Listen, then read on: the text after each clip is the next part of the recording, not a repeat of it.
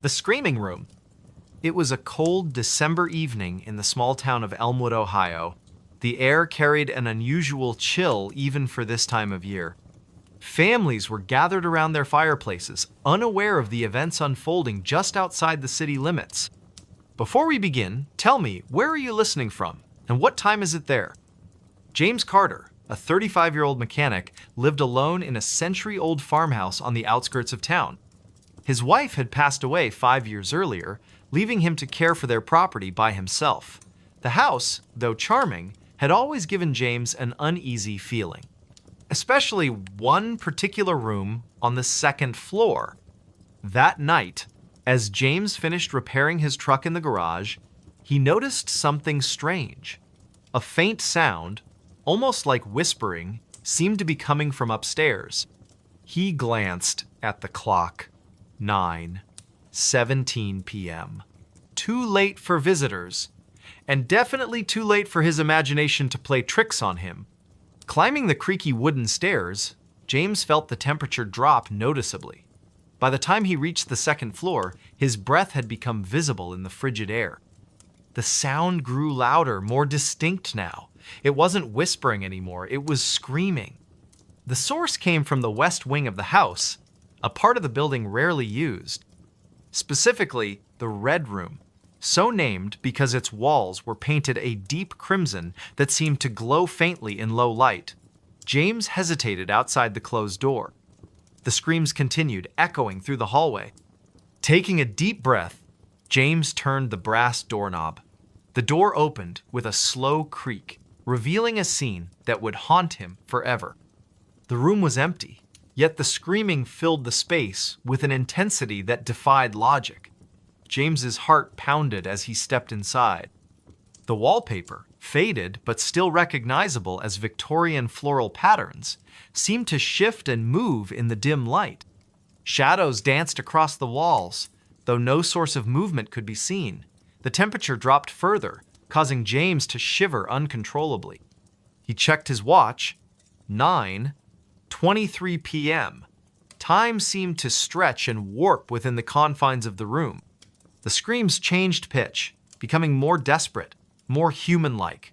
Yet there was no one there, just the empty space and the overwhelming sense of dread. James remembered hearing stories about the previous owners of the house, a family who had lived there in the early 1900s. Rumors spoke of mysterious disappearances and unexplained deaths, but these were just tales, weren't they? Urban legends meant to entertain rather than terrify. As he stood frozen in the center of the room, the screams began to form words. At first, they were indistinct, jumbled sounds, but gradually, they became clearer. "Help me! Get out! They're coming!"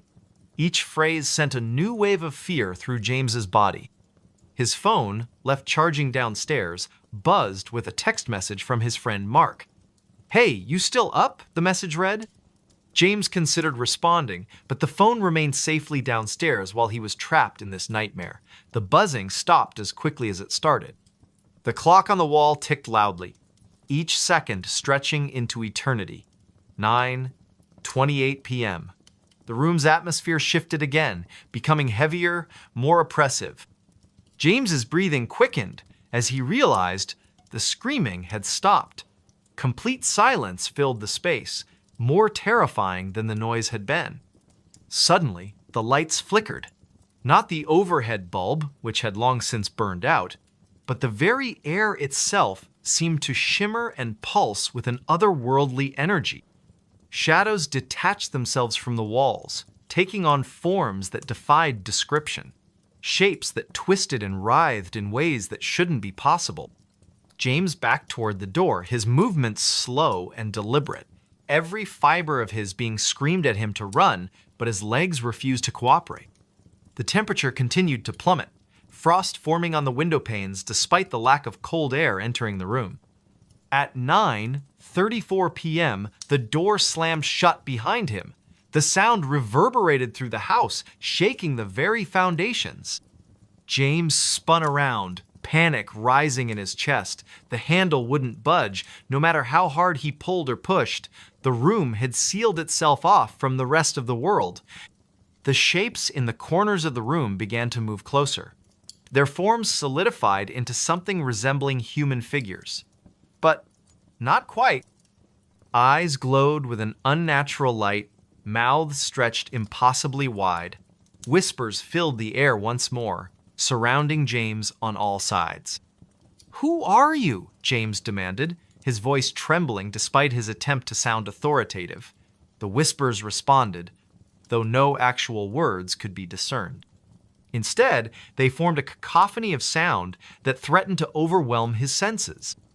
Time lost all meaning. Minutes stretched into hours, or perhaps it was only seconds. James couldn't tell anymore. His watch had stopped functioning, the hands frozen at 9:36 p.m. The room seemed to expand and contract, changing size and shape with each passing moment. Then, without warning, everything went silent.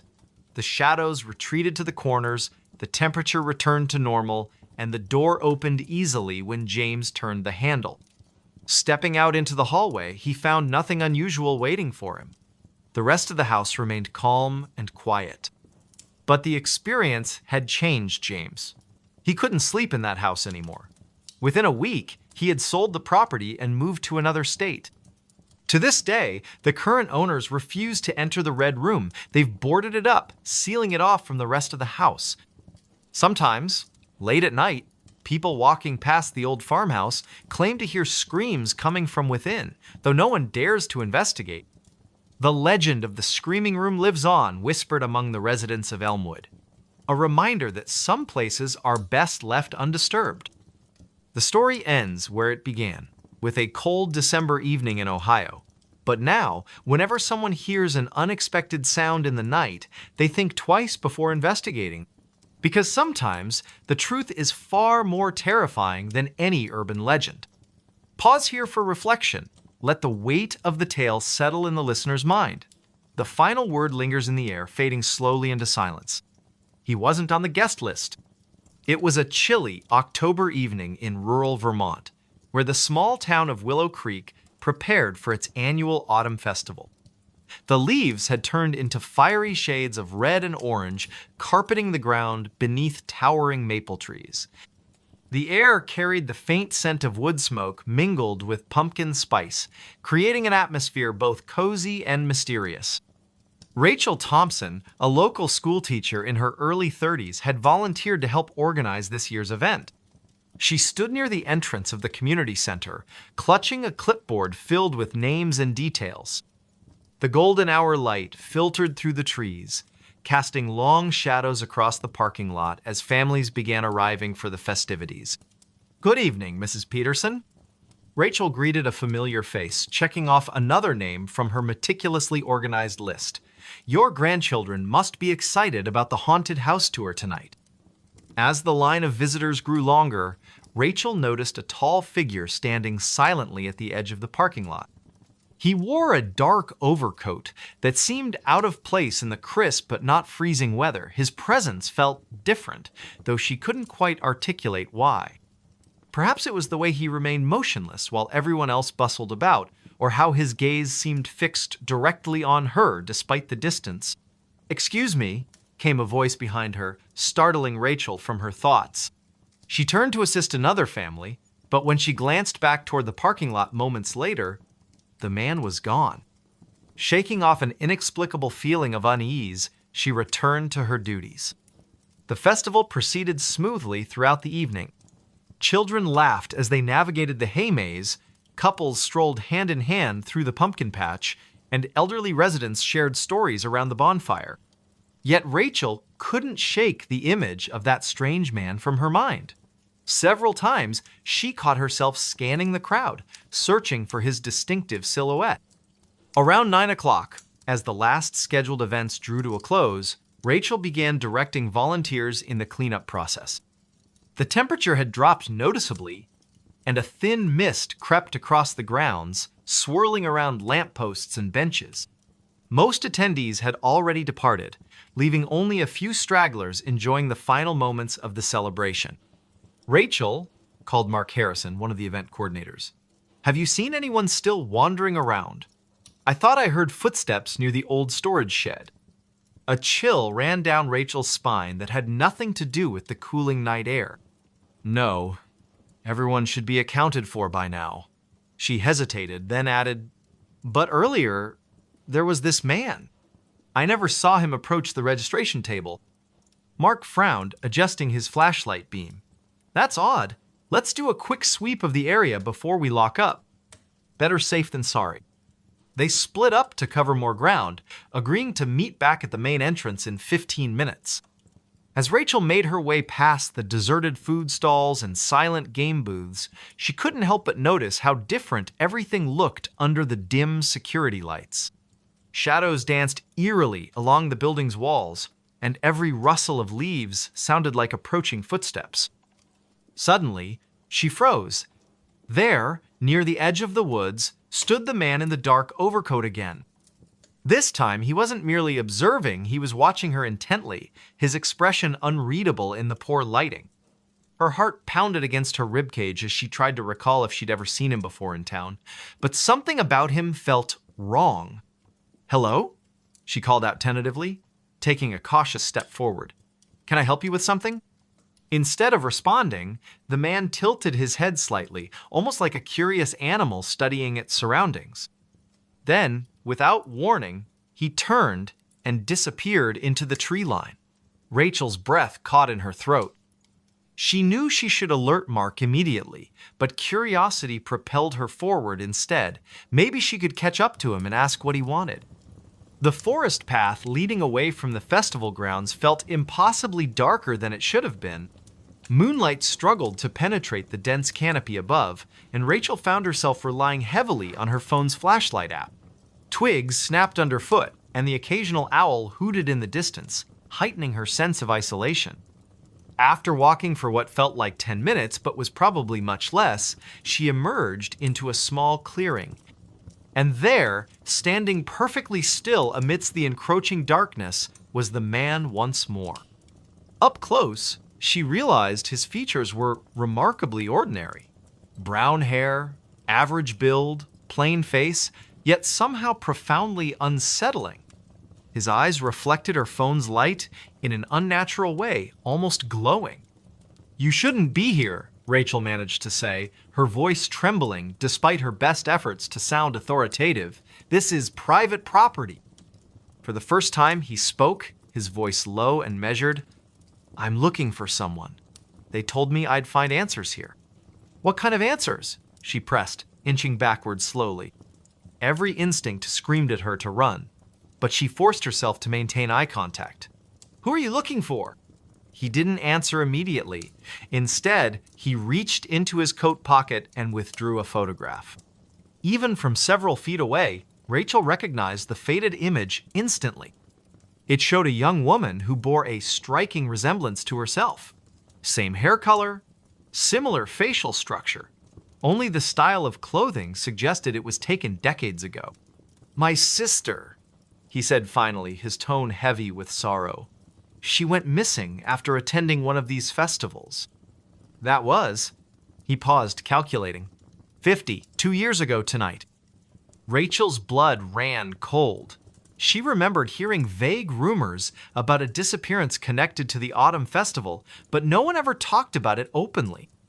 Local legends hinted at supernatural occurrences tied to the land itself, stories passed down through generations but rarely believed. Could this man truly be searching for closure after all these years? Before she could respond, a sudden gust of wind extinguished her phone's screen, plunging them both into near-total darkness. Panic surged through her veins as she fumbled to reactivate the device. When the light finally flickered back on, the man was gone. Not just stepped aside or hidden, completely vanished, as if he'd never existed. Shaken to her core, Rachel stumbled back toward the festival grounds, calling Mark's name repeatedly. Together, they searched the entire area again, finding no trace of the mysterious visitor. Later, while reviewing security footage from multiple angles, they discovered something even more disturbing. Not a single camera had captured any sign of the man in the dark overcoat. It was as though he'd slipped between the cracks of reality itself. In the weeks that followed, Rachel found herself unable to forget those haunting eyes or the photograph that seemed to bridge past and present. She began researching local history archives, determined to uncover the truth about the missing woman. What she learned chilled her to the bone. Numerous unexplained disappearances linked to the festival site over the past century. Each case involved a solitary individual vanishing without a trace during the annual celebration. None were ever solved. Despite warnings from friends and colleagues to let sleeping dogs lie, Rachel continued her investigation. Something about the man's desperate search resonated deeply within her. Perhaps it was survivor's guilt, or maybe a subconscious recognition of shared pain. Whatever the reason, she felt compelled to seek answers, no matter where the trail might lead. One moonless night, armed with flashlights and determination, Rachel and Mark ventured back to the clearing where she'd last seen the stranger. The air felt heavier than usual, charged with an almost electric tension. Leaves whispered secrets as they crunched underfoot, and shadows danced unpredictably despite the steady beams of their lights. "Do you really think we'll find anything?" Mark asked skeptically, though his grip on the flashlight betrayed underlying nerves. "This whole situation feels off." "I don't know," Rachel admitted softly, scanning the perimeter for any signs of disturbance. "But I can't shake the feeling that we're missing something important, something right under our noses." They spent nearly an hour combing the area, finding nothing but ancient tree roots and scattered stones. Just as frustration began to set in, Mark spotted something glinting faintly among the foliage. Kneeling down, he unearthed a tarnished silver locket half buried in the dirt. Inside lay two tiny photographs, one of the woman from the original picture, smiling brightly, and another of a younger version of the man in the dark overcoat, his arms slung casually around her shoulders. "Oh my God," Rachel breathed, tears pricking at the corners of her eyes. "This has to belong to her, to his sister." Without warning, the temperature plummeted dramatically, causing both of them to shiver violently. Their flashlights flickered erratically, threatening to die altogether. A deep, resonant hum filled the air, seeming to emanate from the very earth beneath their feet. And then, emerging from the shadows like a specter materializing from smoke, stood the man once more. His expression hadn't changed, but his presence felt different somehow, more solid yet simultaneously ethereal. He extended a hand toward Rachel, palm upturned expectantly. In that moment, she understood what he wanted, needed from her. Placing the locket gently into his grasp, she whispered, "I'm so sorry. We'll keep looking. I promise." For the first time since their encounter, emotion flickered across his face, gratitude mixed with profound sadness. Slowly, deliberately, he closed his fingers around the precious keepsake. As he did so, his form began to dissolve, fading away like morning mist beneath the rising sun. Within seconds, he was gone, leaving behind only silence and the lingering scent of autumn leaves. Back in Willow Creek, Rachel dedicated herself to preserving the memory of those lost souls whose stories had been forgotten by time.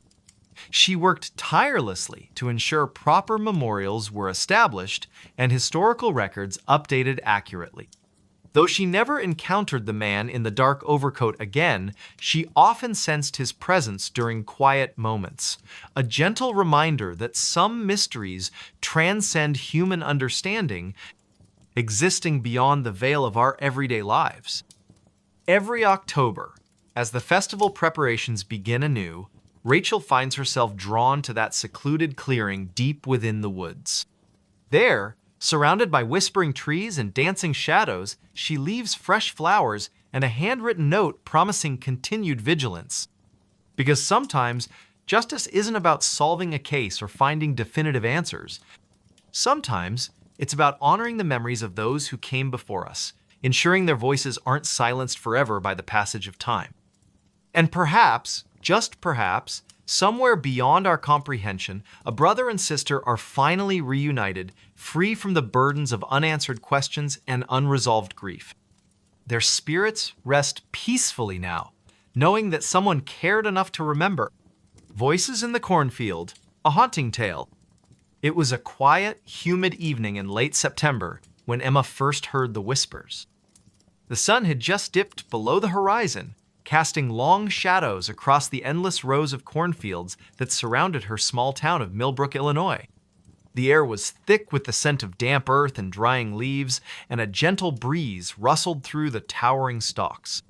She had always found the fields comforting during the day, their golden waves stretching as far as the eye could see.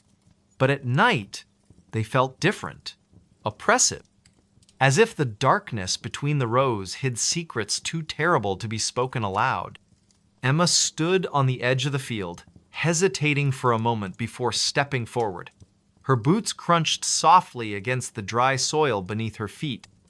It was almost 8 o'clock, and she should have been home by now, but something had drawn her here, nagging curiosity she couldn't quite explain. Earlier that afternoon, while walking back from the general store, she'd overheard an old man muttering about strange voices coming from the cornfield. He claimed he'd heard them every night for weeks, soft murmurs carried on the wind like ghostly echoes. Most people dismissed his words as nonsense, attributing it to his age or perhaps too many years spent working under the scorching sun. But Emma couldn't shake the feeling that there might be truth to what he said. The moon hung low in the sky, its pale light filtering weakly through the dense canopy above. Shadows danced around her, shifting unpredictably as though alive. She took another cautious step deeper into the field, her heart pounding in her chest. "Hello?" she called out tentatively, her voice barely audible even to herself. Silence greeted her, save for the faint rustling of leaves overhead. She exhaled slowly, trying to calm her nerves. Maybe this was all just her imagination playing tricks on her after hearing the old man's story. But then, faintly, she heard it all whisper. Barely more than a breath, yet unmistakable. It seemed to come from everywhere and nowhere all at once, weaving through the rows of corn like a phantom thread. Emma froze, her pulse quickening. "Who's there?" she demanded, her voice firmer this time, though laced with unease. Again, the whisper came, louder now, closer. She turned sharply, scanning the darkened rows around her, but saw nothing except the endless maze of stalks swaying gently in the breeze. "Leave me alone!" she shouted, panic beginning to creep into her tone. The whispers grew louder still, overlapping each other until they formed a cacophony of unintelligible murmurs. They weren't human voices, not entirely. There was something wrong about them, something unnatural. A chill ran down her spine as she realized she wasn't alone. Something or someone was watching her from within the shadows. She stumbled backward, her foot catching on a root hidden beneath the dirt. With a startled cry, she fell hard onto the ground, pain shooting up her arm as she landed awkwardly. For a moment, everything went silent again. Too silent. Even the rustling of the leaves seemed to fade away, leaving only the sound of her own ragged breathing. Then, without warning, a figure emerged from the darkness. It was tall, impossibly so, its silhouette blending seamlessly with the surrounding stalks. Its facif, it could even be called, that was obscured by a tangle of vines and dried husks, giving it the appearance of some grotesque scarecrow brought to life. Yet it moved with purpose, taking deliberate steps toward her. Emma scrambled to her feet, her mind screaming at her to run, but her legs refused to obey. She was rooted to the spot, paralyzed by fear. "You shouldn't have come here," the figure rasped, its voice a guttural blend of multiple tones layered atop one another. It sounded neither male nor female, neither young nor old, just wrong. "This place doesn't belong to you." "What do you want?" Emma managed to choke out, tears streaming down her face. She wanted to look away, to close her eyes and pretend none of this was real, but she couldn't. The figure's gaze held her captive, piercing through her very soul. "The voices will tell you," it replied cryptically, tilting its head in a way that made her stomach churn. Before she could respond, it raised a gnarled hand and pointed deeper into the field. Against her will, Emma found herself turning to follow its gesture. There, nestled among the rows of corn, was a clearing she hadn't noticed before. In the center of the clearing stood an ancient stone altar, its surface stained with dark streaks that looked suspiciously like dried blood. Surrounding the altar were dozens of crude effigies fashioned from twisted branches and scraps of fabric, their hollow eyes seeming to stare directly at her. "What is this?" she whispered, her voice trembling. The figure didn't answer.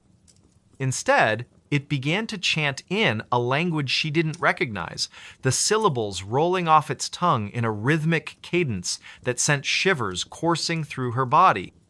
The whispers returned, louder now, drowning out the sound of the chanting.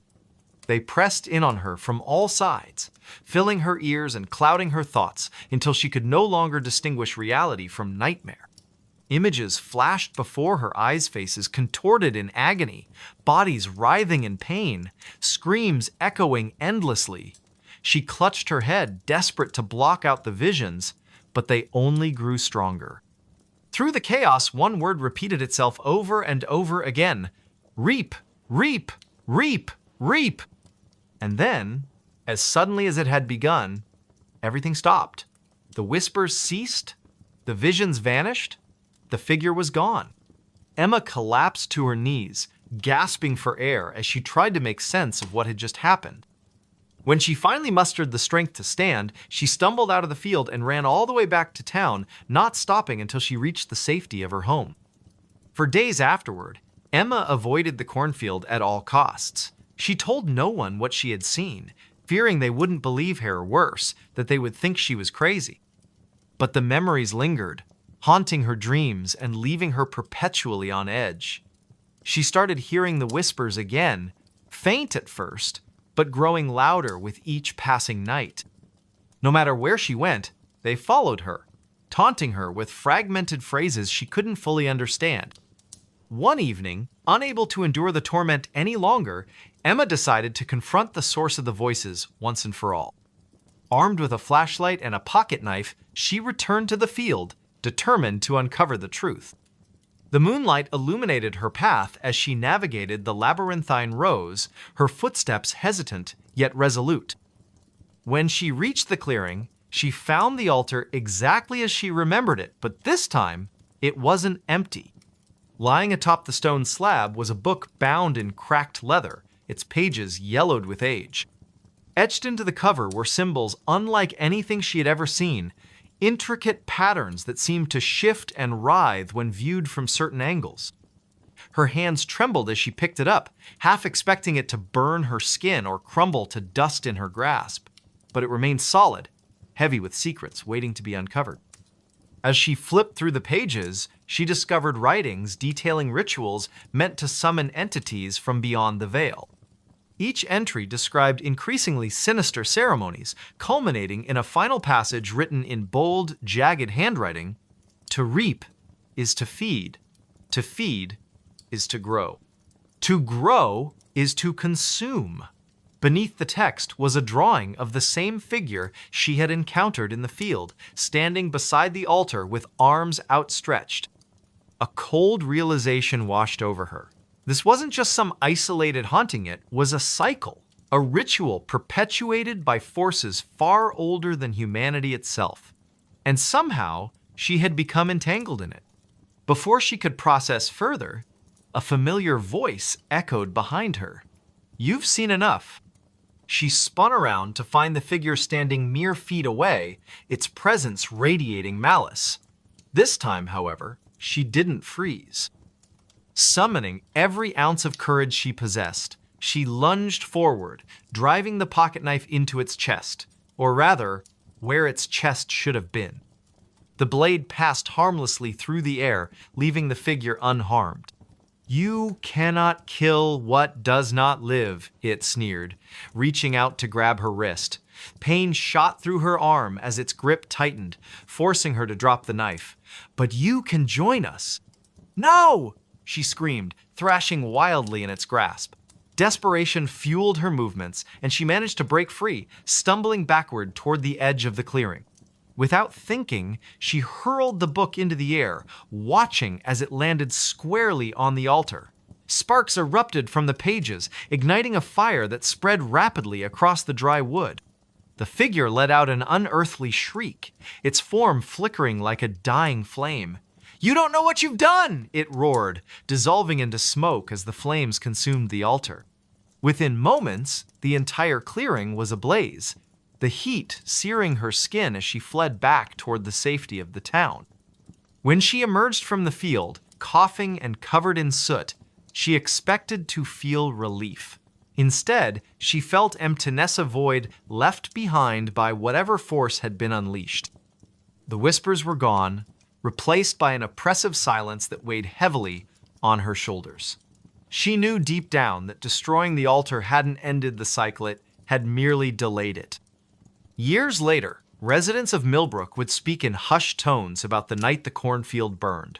Some claimed they saw shapes moving among the ashes, their forms indistinct yet undeniably present. Others reported hearing faint murmurs carried on the wind, though no one dared investigate further. As for Emma, she left town soon after, unable to bear the weight of what she had witnessed. But wherever she went, the memory of those voices followed her, a reminder that some secrets are best left buried. The last passenger never got off. It was a cold, damp night in the small town of Millbrook, nestled deep within the woods of upstate New York. The air carried an eerie stillness, broken only by the faint rustling of leaves and the distant hum of crickets. Somewhere near the edge of the forest, the old train station stood abandoned, its wooden structure warped and weathered by time.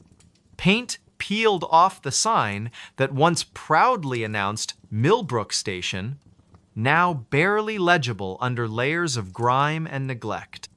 Few people ventured here anymore, except for curious teenagers daring each other to explore its haunted history, or so the rumors went. On this particular evening, a group of 5 friends decided to visit the station as part of their weekend adventure. They had heard tales about strange occurrences at the sight whispers of passengers who never disembarked from the final train to pass through decades ago. None of them truly believed in ghosts, but the thrill of trespassing on forbidden ground was too tempting to resist. Among them were Emma, a skeptic with a sharp tongue; Daniel, her boyfriend, who loved anything supernatural; Mia, the quiet one who always seemed lost in thought; Jake, the joker whose laughter could fill even the darkest spaces; and Olivia, the cautious one who often served as the voice of reason. They arrived just after sunset, parking their car a mile away to avoid drawing attention. The walk to the station felt longer than expected, the path illuminated only by the dim glow of their flashlights. Shadows danced along the trees, creating shapes that looked almost human if you squinted hard enough. As they approached the station, the atmosphere grew heavier, as though the very air resisted their presence. "This place gives me the creeps," Olivia muttered, clutching her flashlight tightly. "Are we sure this is safe?" "Oh, come on," Daniel replied, his tone teasing yet reassuring. "What's the worst that could happen? A ghost shows up and asks us to leave?" He chuckled nervously, though no one else joined in. Emma rolled her eyes. "Let's just get this over with. I want to see what all the fuss is about."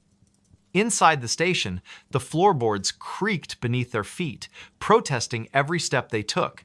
Dust coated every surface, and the scent of mildew filled the air. Graffiti covered the walls, crude messages scrawled by those who sought to leave their mark on the forgotten building.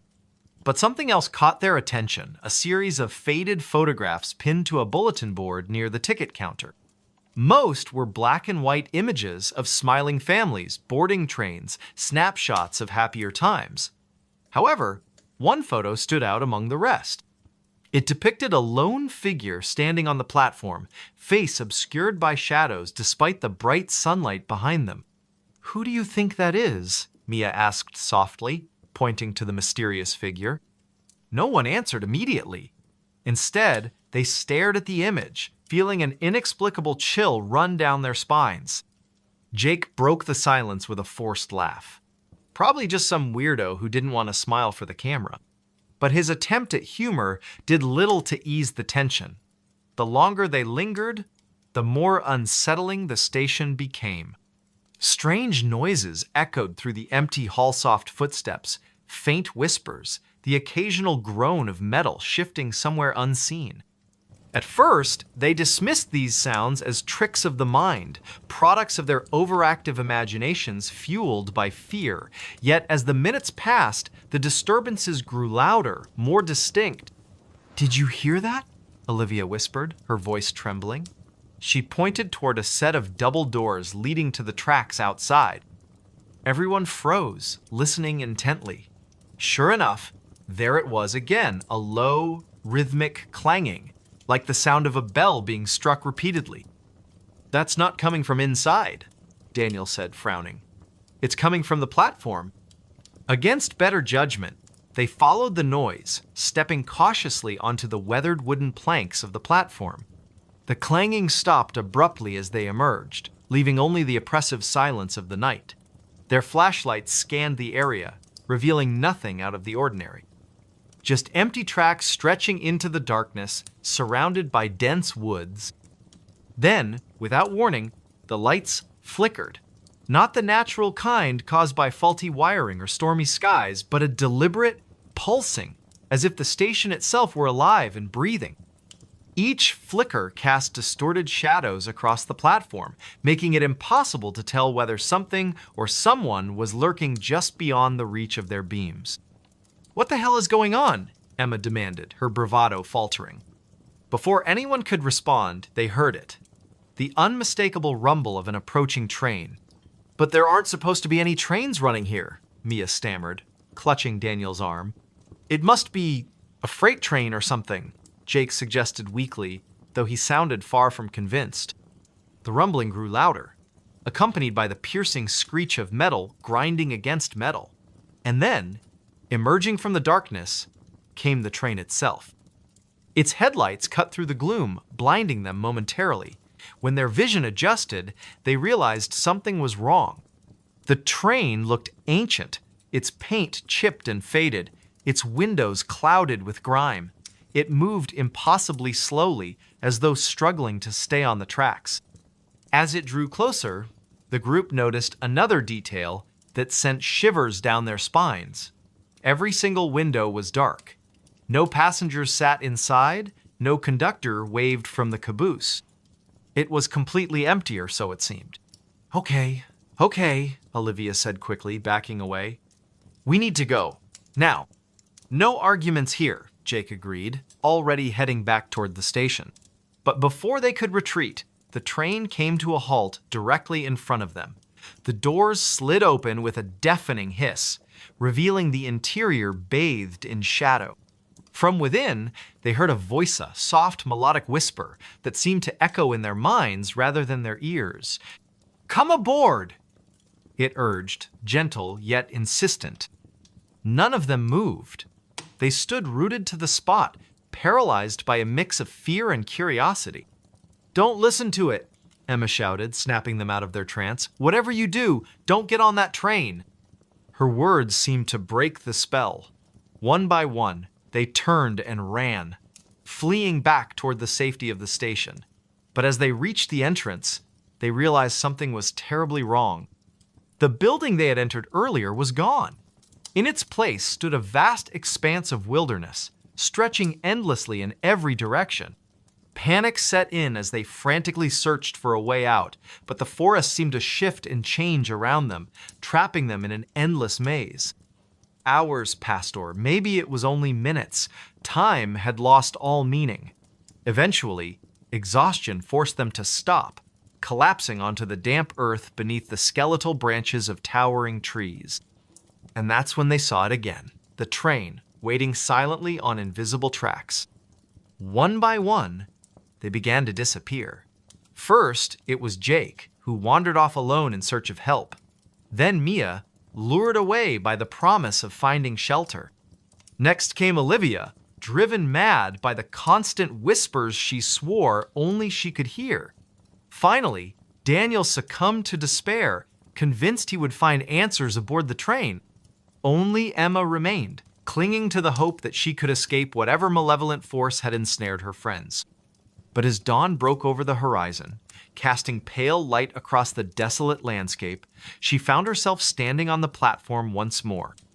The train loomed before her, its doors wide open, inviting her to step inside. Tears streamed down her face as she realized the truth. She would never leave. Like the others, she was destined to become one of the last passengers, the ones who never got off. The forest fell silent again, save for the faint rustle of leaves and the distant hum of crickets. Somewhere near the edge of the woods, the old train station stood abandoned, its wooden structure warped and weathered by time. Paint peeled off the sign that once proudly announced Millbrook Station, now barely legible under layers of grime and neglect. Few people ventured here anymore, except for curious teenagers daring each other to explore its haunted history, or so the rumors went. They said the house was empty. The small town of Ridgewood, nestled deep in the heart of New England, had always been a place where whispers carried farther than voices. It was late autumn, and the air was crisp with the scent of fallen leaves and damp earth. The sun was setting behind the jagged tree line, casting long shadows over the quiet streets.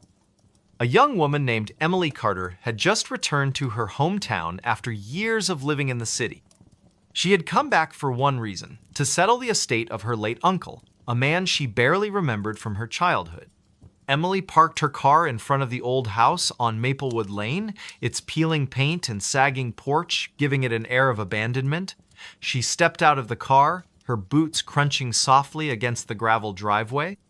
The house stood at the edge of town, surrounded by dense woods that seemed to lean inward, as if trying to swallow it whole. Locals had always avoided this place, calling it cursed or haunted. But Emily dismissed such tales as superstition.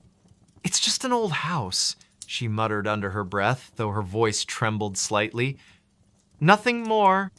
She reached into her coat pocket and pulled out the key her lawyer had given her earlier that day. The metal felt cold against her fingers as she inserted it into the lock. With a creak that echoed through the stillness, the door swung open.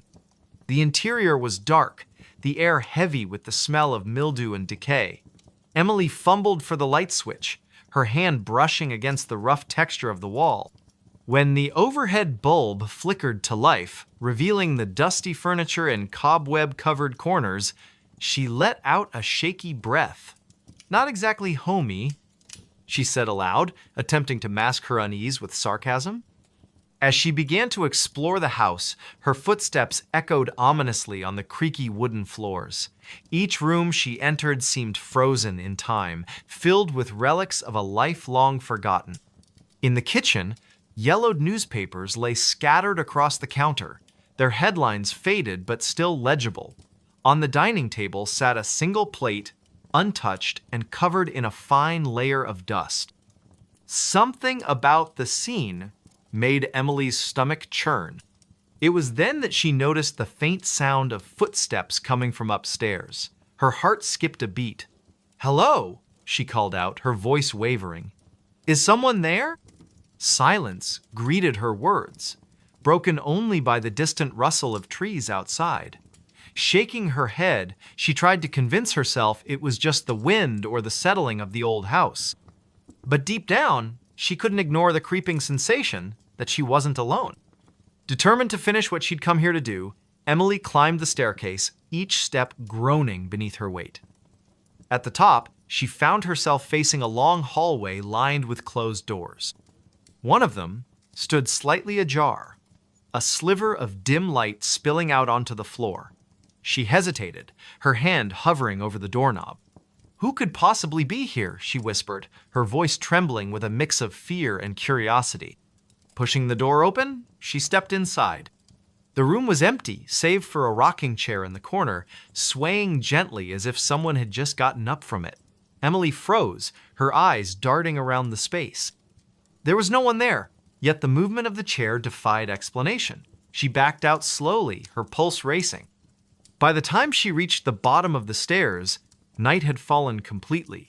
Shadows danced across the walls, cast by the flickering light of the single bulb above her head. Emily decided to call it a night, retreating to her car to retrieve her overnight bag. As she crossed the threshold once more, she felt a sudden chill run down her spine.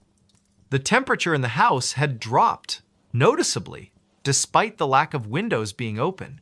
She wrapped her arms around herself, trying to shake off the feeling of dread that was steadily growing within her. Setting her bag down in the living room, she lit a few candles to supplement the weak electric light.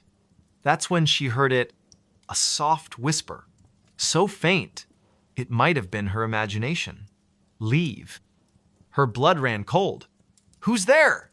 she demanded, her voice stronger now, though her hands were shaking. No response came, but the whisper repeated itself, louder this time. "Leave while you can." Panic rising, Emily grabbed her phone and dialed the local sheriff's office. The operator assured her they would send someone over immediately, but as she hung up, she realized how isolated the house truly was. By the time help arrived, anything could happen. Minutes passed like hours as she sat huddled on the couch, clutching a flashlight. Every creak of the house sent her nerves spiraling. Finally, headlights appeared in the distance, cutting through the darkness.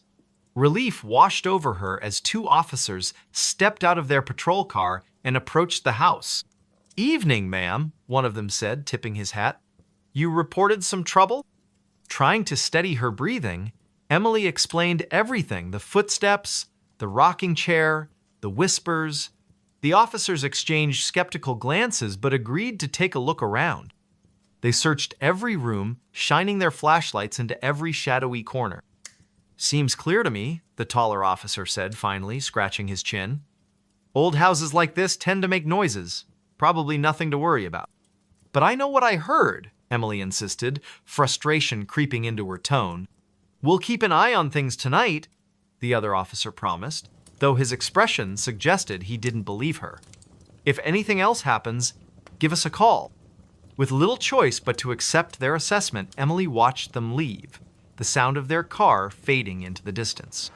Alone again, she locked the door and barricaded it with a chair, hoping to feel safer. But sleep eluded her, and the night stretched on endlessly. Sometime after midnight, the whispers returned, louder and more insistent. "You shouldn't have come back." This time, Emily saw something move in the corner of her vision. Whirling around, she caught a glimpse of a figure standing in the doorway before it vanished. Her scream pierced the silence, echoing through the house like a banshee's wail. Desperate, she grabbed her car keys and bolted for the door, not caring about leaving her belongings behind. The cool night air hit her face as she stumbled toward her car, tears streaming down her cheeks. Back in town, she checked into a motel, unable to stop shaking. The next morning, she went straight to the library, determined to uncover the truth about the house. After hours of digging through old records and newspaper clippings, she discovered something chilling. Decades ago, a family had lived in the house: a mother, father, and their young daughter. Tragedy struck when the parents died under mysterious circumstances, leaving the child orphaned. Neighbors claimed the girl had gone mad, wandering the woods until she disappeared without a trace. Some believed she had taken her own life. Others whispered of darker forces at play. Armed with this knowledge, Emily returned to the house one final time, accompanied by a priest recommended by the librarian. Together, they performed a blessing ritual, sprinkling holy water and reciting prayers throughout the building. By the end, Emily felt a strange sense of peace settle over the house, as if a weight had been lifted. Though she never fully understood what had happened, Emily left Ridgewood shortly afterward, vowing never to return. The house remained empty, its secrets buried beneath layers of history and myth. Yet, on certain nights, townsfolk swear they can still hear faint whispers carried on the wind, warning those who dare to venture too close. They said the house was empty. Emily often reflected in the years that followed. But sometimes, emptiness is the least of your worries. And so, the legend of the house on Maplewood Lane lived on, a testament to the mysteries that linger in the shadows of small-town America. She answered a phone that wasn't there. It was a quiet, overcast afternoon in the small town of Cedar Ridge, nestled deep within the Appalachian foothills. The sky was a uniform gray, and the air carried a damp chill that seemed to seep through every crack in the old houses lining Elm Street. Emily Carter, a reserved librarian in her late 20s, had just returned from her weekly grocery run. She lived alone in a modest two-story home at the edge of town, its white paint peeling slightly but still charming in its own way. As she stepped inside, she noticed something unusual, a faint ringing sound echoing through the house. Her brow furrowed as she set down her bags. "That's strange," she muttered under her breath, glancing around the living room. She didn't own a landline phone, nor did she have any devices capable of producing such a clear, mechanical ring. It wasn't her cell phone either. It lay silent on the kitchen counter, screen dark. The ringing continued, steady and persistent, as if demanding attention. Emily hesitated for a moment, then followed the sound. It seemed to be coming from upstairs. Each step creaked beneath her weight, amplifying the eerie atmosphere. The hallway upstairs was dimly lit, shadows stretching long across the worn carpet. The ringing grew louder, more insistent, until she found herself standing outside the door to the spare bedroom, a room she rarely used. With a deep breath, she turned the doorknob and pushed the door open. Inside, the room was exactly as she'd left it last. Dusty furniture draped with old sheets, a single window letting in muted light. But there, sitting on the floor, in the center of the room, was an old rotary phone. Its black cord snaked across the floor like a serpent, disappearing into the wall where no outlet existed. Emily froze, her heart pounding in her chest. This phone hadn't been there before, she was certain of it. Yet here it sat, ringing insistently, almost tauntingly. Against her better judgment, she approached it. The closer she got, the colder the air became, until her breath formed tiny clouds in front of her face. Her hand trembled as she reached out, hovering inches above the receiver. Finally, she picked it up and pressed it to her ear. "Hello?" she whispered, her voice barely audible. For a moment, there was only silence on the other end. Then came a soft, distorted voice, barely human. "Help me!" it rasped, each word dragging out like a mournful wail. "Please, help me!" Emily dropped the phone, stumbling backward until she hit the wall. The voice continued, growing louder and more desperate. "Who are you?" she cried, clutching her arms tightly around herself. "What do you want?" But the voice didn't answer directly. Instead, it began to chant, repeating the same phrase over and over again. "Find me, find me, find me." Suddenly, the line went dead. The room fell silent, except for the sound of Emily's ragged breathing. When she looked back at the phone, it was gone. Vanished without a trace. Later that evening, Emily sat at her kitchen table, trying to make sense of what had happened. The rational part of her mind insisted it had been some kind of hallucination or prank. But the icy sensation that lingered in the spare bedroom told her otherwise. She poured herself a cup of tea, hoping the warmth would calm her nerves. Outside, the wind howled through the trees, rattling the windows and adding to her unease. Unable to shake the memory of the voice, she decided to investigate further. She pulled out her laptop and began searching local archives, looking for anything unusual tied to her house or the surrounding area. After hours of digging, she stumbled upon an article from decades ago. It described the disappearance of a young woman named Clara Bennett, who had vanished without a trace one stormy night. According to the report, Clara had been seen arguing with someone near the edge of the woods behind what was now Emily's property. No body was ever found, and the case remained unsolved.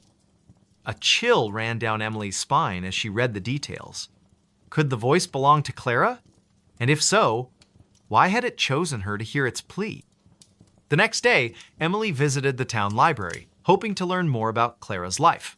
The librarian, an elderly woman named Mrs. Percentive. Hargrove recognized the name immediately. "Oh, yes, poor Clara," she said with a sad shake of her head. "Such a sweet girl. Always helping others. Some say she angered the wrong person, while others believe." She trailed off, her gaze drifting toward the window. "Believe what?" Emily prompted gently. Mrs. Hargrove lowered her voice, though they were the only ones in the room. "There are stories old ones that speak of spirits trapped between worlds. They say this land holds secrets, echoes of those who can't move on." She paused, studying Emily carefully. "Why are you asking about Clara?" Emily hesitated, unsure how much to reveal. "I think I might have encountered something related to her," she admitted cautiously. "Something unexplainable." Mrs. Hargrove nodded slowly, as if she'd expected this answer all along. "If you're meant to help her, you'll know what to do. Just be careful, dear. Not everything that calls for help deserves it." That night, Emily returned home, feeling both intrigued and deeply unsettled. As she climbed the stairs to bed, she couldn't shake the feeling that she was being watched.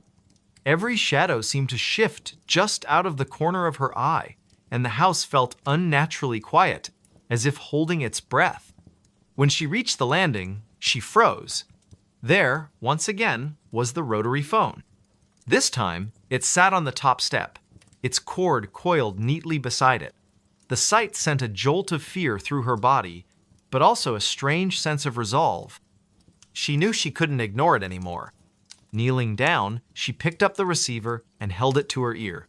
"Clara?" she asked tentatively. "Yes," came the reply, softer this time, but unmistakably the same voice. "You hear me. You must find me." "Where are you?" Emily demanded, her voice trembling.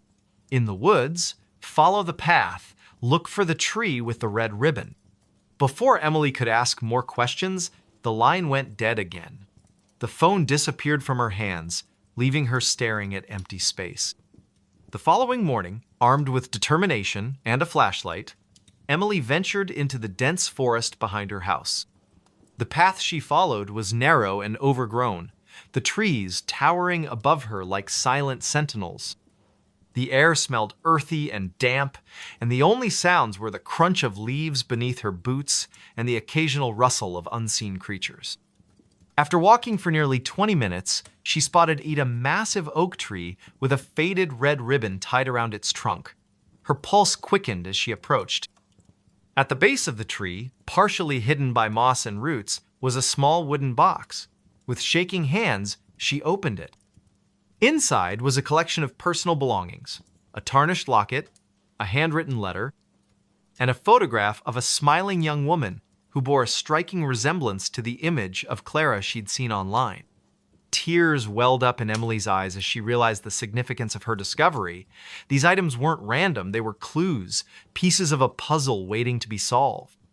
She carefully gathered them and brought them back to her house, determined to piece together the truth. Over the next several weeks, Emily delved deeper into Clara's story, uncovering a web of betrayal, jealousy, and tragedy.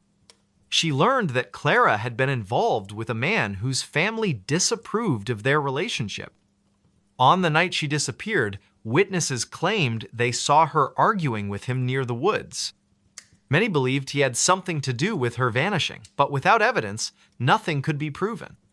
One evening, as Emily pored over documents spread across her dining table, she heard the familiar ringing sound again. Turning slowly, she saw the rotary phone resting on the couch. This time, however, it wasn't calling Harriet, was simply there, as if waiting. Summoning her courage, she walked over and picked up the receiver. "Clara?" she said softly. "Thank you," came the voice, clearer and more peaceful than before. "You've given me peace." And then, just like that, the phone vanished. For good this time. In the days that followed, Emily felt a profound sense of closure, not just for Clara, but for herself as well. By confronting the unknown, she had faced her own fears and discovered a strength she hadn't known she possessed. Though she never saw or heard from Clara again, she knew the spirit had finally moved on. The people of Cedar Ridge eventually learned of Emily's efforts to uncover the truth about Clara's disappearance. Inspired by her bravery, they erected a memorial in the woods, marking the spot where the oak tree stood. It served as a reminder that even the most haunting mysteries could be laid to rest with compassion and perseverance. As for Emily, she continued her quiet life, forever changed by the experience. Sometimes, when the wind blew just right, she thought she could hear a faint whisper of gratitude carried through the trees. A reminder that sometimes, answering a Cleven one that comes from beyond can change everything. The Man Who Followed Me Home, a chilling encounter.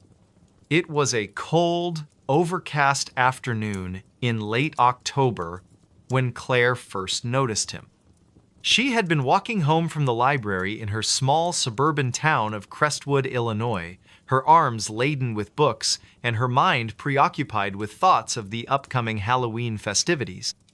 The streets were quiet, save for the occasional rustle of leaves skittering across the pavement and the distant hum of traffic from the main road.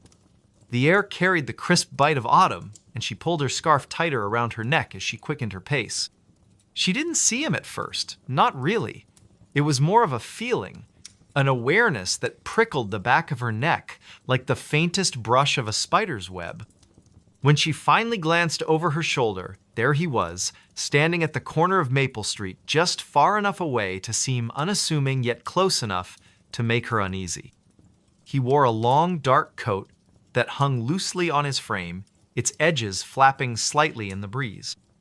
His face was obscured by the brim of a wide hat, but she could feel his gaze boring into her, steady and unrelenting.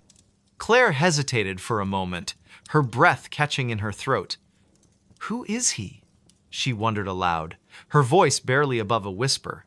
She shook her head, chiding herself for being paranoid. Crestwood wasn't exactly a bustling metropolis, but it was safer, so she had always believed. Still, something about the man made her skin crawl. She turned her attention back to the path ahead, forcing herself to focus on the rhythmic crunch of her boots against the gravel sidewalk. But the feeling didn't go away. If anything, it intensified. Every few minutes, she would glance behind her, only to find him still there, maintaining the same distance as before. He never spoke, never waved, never did anything to acknowledge her presence. And yet, he followed. Step by step, block by block, he stayed just within sight, a shadowy figure trailing her like a ghost tethered to her heels. By the time she reached Birch Avenue, her heart was racing. Her house was only a few blocks away now, but the thought of leading this stranger to her doorstep filled her with dread. She considered crossing the street or ducking into one of the nearby shops, but the latter option felt futile. Most of them had already closed for the evening. Instead, she tightened her grip on her books and forced herself to keep moving, her footsteps quickening with each passing second. "Why is he following me?" she muttered under her breath, her voice trembling with a mix of fear and frustration. She wanted to confront him, to demand answers, but the words caught in her throat. What if he lashed out? What if he wasn't alone? The uncertainty gnawed at her, leaving her paralyzed with indecision. All she could do was walk faster, hoping against hope that he would eventually lose interest and disappear. But he didn't.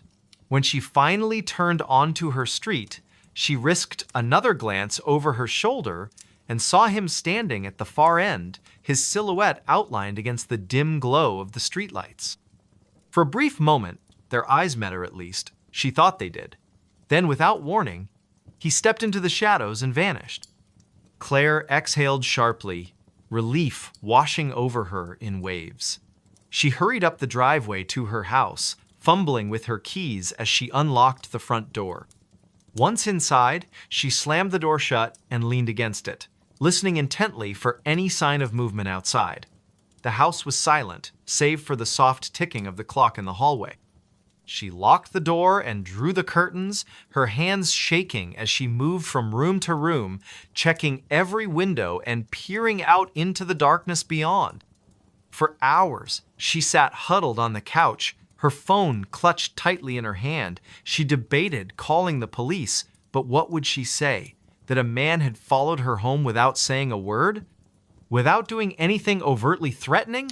They'd probably dismiss her concerns as paranoia, especially since he had disappeared before she could get a good look at him. No, she decided, it was better to wait until morning. Maybe then she could convince herself it had all been a figment of her imagination. The next day, however, proved otherwise. Claire woke to find a single red rose lying on her porch, its petals glistening with dew. At first, she thought it might be a gift from a neighbor or a secret admirer, but the absence of a note or any identifying details left her unsettled. She picked it up cautiously, examining it for clues, but found nothing unusual. Still, the gesture felt wrong too, deliberate, too calculated. As she walked to work later that morning, she couldn't shake the feeling that she was being watched again. Sure enough, when she paused at the intersection of Birch and Elm, she spotted him standing across the street, his posture relaxed, yet unnervingly still. This time, he wasn't wearing the hat, and she got a clearer view of his face. It was gaunt, almost skeletal, with hollow cheeks and sunken eyes that seemed to glint with a strange, otherworldly light. His lips curled into a faint smile as their gazes locked, sending a shiver down her spine. Claire broke eye contact and hurried across the street, her pulse hammering in her ears. She ducked into a nearby cafe, ordering a coffee she didn't really want, just to have an excuse to stay indoors. From the safety of the window seat, she watched as he lingered outside, his expression unreadable. After several agonizing minutes, he finally turned and walked away, disappearing into the crowd. Over the next few days, the encounters grew more frequent and more disturbing. Wherever she went, he was there. At the grocery store, in the park, even outside her office building. He never approached her, never said a word, but his presence was constant, suffocating. Friends and coworkers began to notice her growing anxiety, asking if everything was okay. She tried to laugh it off, attributing her behavior to stress or lack of sleep, but deep down, she knew the truth. Something was terribly wrong. One evening, after returning home from work, Claire discovered a note tucked beneath her windshield wiper. Written in jagged, uneven handwriting were the words, "I've been waiting for you." Her stomach churned as she read the message over and over, each repetition making it feel more menacing. She crumpled the paper in her fist and threw it into the trash. But the damage was done. Sleep eluded her that night, her mind racing with questions she couldn't answer. Who was he? What did he want from her? And why wouldn't he leave her alone? Determined to put an end to the torment, Claire decided to take matters into her own hands. She installed extra locks on her doors, set up motion-activated lights around the perimeter of her house, and even bought a can of pepper spray to carry with her at all times. But none of these precautions brought her peace. If anything, they only heightened her sense of vulnerability, reminding her constantly of the danger lurking just beyond her control. One particularly restless night, she heard a soft tapping sound coming from the living room. At first, she thought it might be the wind rattling the windows, but when she investigated, she found the source of the noise. A single finger pressed against the glass of her sliding door. It was him. His face loomed mere inches away, pale and expressionless, his eyes gleaming with an intensity that made her blood run cold. Without thinking, Claire grabbed the nearest object, a heavy ceramic vase, and hurled it at the door. The impact startled him, causing him to stumble backward. Seizing the opportunity, she bolted to her bedroom and locked the door behind her, her chest heaving as she fought to catch her breath. Outside, she heard the unmistakable sound of footsteps retreating into the night. The next morning, she called the police, recounting everything that had happened in painstaking detail. To her surprise, they took her seriously, promising to patrol the area more frequently and advising her to document any future incidents. For a while, things seemed to improve. The man stopped appearing in public places, and the notes ceased entirely. Claire allowed herself to believe that the nightmare was finally over. But then, on a rainy Tuesday evening, she received a package in the mail. There was no return address, no indication of who had sent it. Inside, she found a photograph of herself taken from outside her bedroom window, along with a short letter written in the same jagged handwriting as before. The message was simple yet chilling. "You can't escape me." Panic surged through her veins as she realized the implications. He had been watching her all along, studying her routines, learning her habits. The idea that he knew her life so intimately down to the layout of her home was unbearable. She packed a bag and fled to a friend's house in Chicago, hoping the distance would offer some measure of protection. For weeks, she lived in a state of constant vigilance, jumping at every unfamiliar sound and avoiding crowded spaces where she might encounter him. Yet, despite her efforts, she couldn't shake the feeling that he was still out there, biding his time. One night, as she lay awake in bed, she heard the faintest creak of floorboards in the hallway. Her heart stopped. Slowly, she reached for the baseball bat she kept beside her bed and crept toward the door. When she opened it, the hallway was empty, or so she thought. As she turned to go back to bed, a hand shot out from the shadows, grabbing her wrist with an iron grip.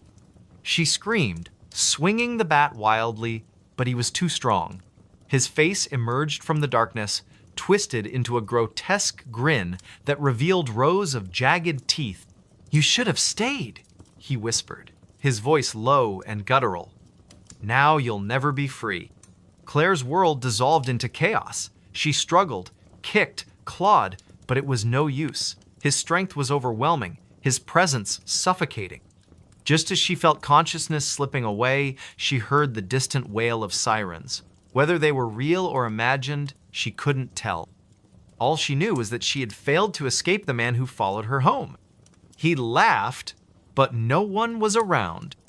It was a quiet, overcast afternoon in the small town of Pine Ridge, tucked away in the rolling hills of rural Pennsylvania. The sky hung low and gray, casting long shadows across the landscape as if nature itself were holding its breath. Most of the townsfolk had retreated indoors to escape the chill that lingered in the air, leaving the streets eerily deserted. Somewhere in the heart of this sleepy community stood an old, decrepit house known only as the Laughing House. Locals avoided it at all costs, claiming strange noises emanated from within laughter, they said, deep and echoing, though no one lived there anymore. On this particular day, a group of 5 friends decided to investigate the rumors surrounding the house. They weren't thrill seekers or paranormal enthusiasts, they were just bored teenagers looking for something to do on a gloomy Saturday afternoon. Among them were Ethan, the self-proclaimed leader with a knack for talking himself out of trouble; Claire, the skeptic who preferred logic over superstition; Ryan, the joker whose sarcasm often masked his unease; Melissa, the quiet observer who noticed things others missed; and Ben, the cautious one who always seemed to be scanning their surroundings for danger. They arrived at the edge of the property just after 3 o'clock, parking their bikes behind a cluster of bushes to avoid drawing attention. The house loomed before them like a forgotten relic of another era, its once white paint now peeling away in large flakes, revealing rotting wood beneath. Shutters hung crookedly from the windows, some missing entirely, while vines crept up the walls like skeletal fingers reaching for the sky. A weathered sign nailed to the gate read, "No trespassing," but the letters had faded so much they were barely legible. "This place looks like it belongs in a horror movie," Ryan quipped, forcing a laugh that sounded more nervous than amused. "Let's just get this over with," Claire replied, her tone clipped. She adjusted the strap of her backpack, which contained a flashlight, a notebook, and a few snacks just in case. Ethan stepped forward, pushing open the creaking gate with a loud groan. "Relax, guys. It's probably just some old pipes rattling or wind blowing through cracks. Nothing scary about that." As they approached the front door, the atmosphere grew heavier, almost suffocating. The air smelled faintly of mildew and decay, and the silence was so profound it felt unnatural. Every step they took toward the house seemed to amplify the sound of their own breathing, making them hyper-aware of their presence in what should have been an abandoned space. Melissa paused, glancing over her shoulder. Does anyone else feel like we're being watched? Ben frowned, scanning the surrounding trees. Probably just squirrels or birds. Still, let's not stay too long. Inside, the house was even worse than they had imagined. Dust covered every surface, and cobwebs hung like curtains between pieces of broken furniture. Faded wallpaper peeled away from the walls, exposing patches of crumbling plaster. In the corner of the living room, an antique grandfather clock stood frozen at 3:17. Its hands rusted into place. "This is creepy as hell," Ryan muttered, kicking a loose floorboard absent-mindedly. "Shh," Claire hissed, holding up a hand. "Do you hear that?" At first they thought it might be the wind, but then it came again, a low, rumbling chuckle that seemed to echo from nowhere and everywhere all at once. It wasn't a pleasant laugh either. It was hollow, almost mechanical, as though someone or something were mimicking human emotion without truly understanding it. "What the?" Ethan trailed off, his voice barely above a whisper. "It's coming from upstairs," Melissa said softly, pointing toward the staircase. "No way am I going up there," Ben declared firmly. "We didn't come all this way just to chicken out now," Ethan shot back, though his bravado wavered slightly. Against their better judgment, they climbed the stairs, each step groaning under their weight. The laughter grew louder as they ascended, reverberating through the narrow hallway until it felt like it was inside their heads. At the end of the corridor, a single door stood ajar, light spilling through the crack. "That's impossible," Claire whispered, her brow furrowing. "There are no lights on in this house." Ignoring her warning, Ethan pushed the door open. Inside was a small bedroom, its walls lined with faded floral wallpaper. An old rocking chair sat in the center of the room, swaying gently despite the absence of any breeze. On the dresser, a dusty mirror reflected their pale, frightened faces. And then, without warning, the laughter erupted, a deafening cacophony that made their ears ring and their hearts race. They spun around, searching for the source, but the room was empty. Okay, we need to leave. Now," Ben insisted, backing toward the door. But before they could retreat, the door slammed shut with a resounding thud. The laughter continued, growing louder and more distorted until it sounded less like a person and more like static on an old radio. "What's happening?" Melissa cried, clutching Ethan's arm. "I don't know," he shouted back, his voice tinged with panic. Suddenly, the mirror began to ripple, its surface rippling like water disturbed by a stone. From within, a shadowy figure emerged, its form indistinct but undeniably humanoid. Its mouth stretched impossibly wide, revealing rows of jagged teeth, and its eyes glowed with an unnatural light. "Run!" Claire screamed, grabbing Melissa's hand and pulling her toward the window. One by one, they scrambled out onto the roof, sliding down the sloping tiles and landing awkwardly in the overgrown yard below. Behind them, the house seemed to come alive, its windows pulsing with a sickly yellow light.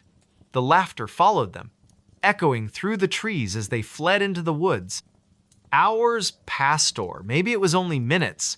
Time had lost all meaning. Eventually, they collapsed near a stream, gasping for breath and trying to make sense of what they had witnessed. "We can't go back," Ben said hoarsely, his face pale. "Not ever." But as dawn broke over the horizon, painting the sky in hues of orange and pink, they realized something was wrong. One by one, they began to vanish. First, it was Ryan, who wandered off in search of help. Then Melissa, lured away by the promise of finding shelter. Next came Claire, driven mad by the constant whispers she swore only she could hear. Finally, Ethan succumbed to despair, convinced he would find answers back at the house.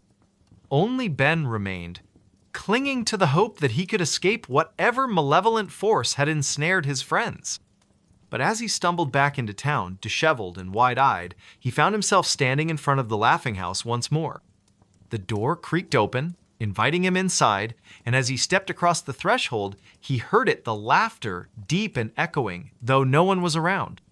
The forest fell silent again, save for the faint rustle of leaves and the distant hum of crickets. Somewhere in the heart of this sleepy community stood an old, decrepit house known only as the Laughing House. Locals avoided it at all costs, claiming strange noises emanated from within laughter, they said, deep and echoing, though no one lived there anymore. The campground that disappeared. It was late summer, the kind of season where the days stretched endlessly and the nights carried a cool breeze that hinted at autumn's approach. The small town of Pine Ridge, nestled deep within the sprawling forests of the Pacific Northwest, was known for its dense woods, winding rivers, and a history steeped in folklore. Among the locals, there were whispers of a place called Shadow Pines Campground, a remote site deep in the wilderness that had become infamous for strange occurrences. Most dismissed these tales as campfire stories meant to scare children, but not everyone believed they were just myths. Daniel Harper, a young journalist from Seattle, had always been drawn to the eerie and unexplained. He had heard about shadow pines during a trip to Pine Ridge a few years prior, but it wasn't until recently that he decided to investigate further. The stories fascinated him, accounts of hikers vanishing without a trace, strange lights flickering in the forest at night, and an overwhelming sense of dread that seemed to permeate the area. Determined to uncover the truth, Daniel packed his gear and set out on a journey into the heart of the woods. The drive to Pine Ridge was long and lonely, the road narrowing as he ventured deeper into the wilderness.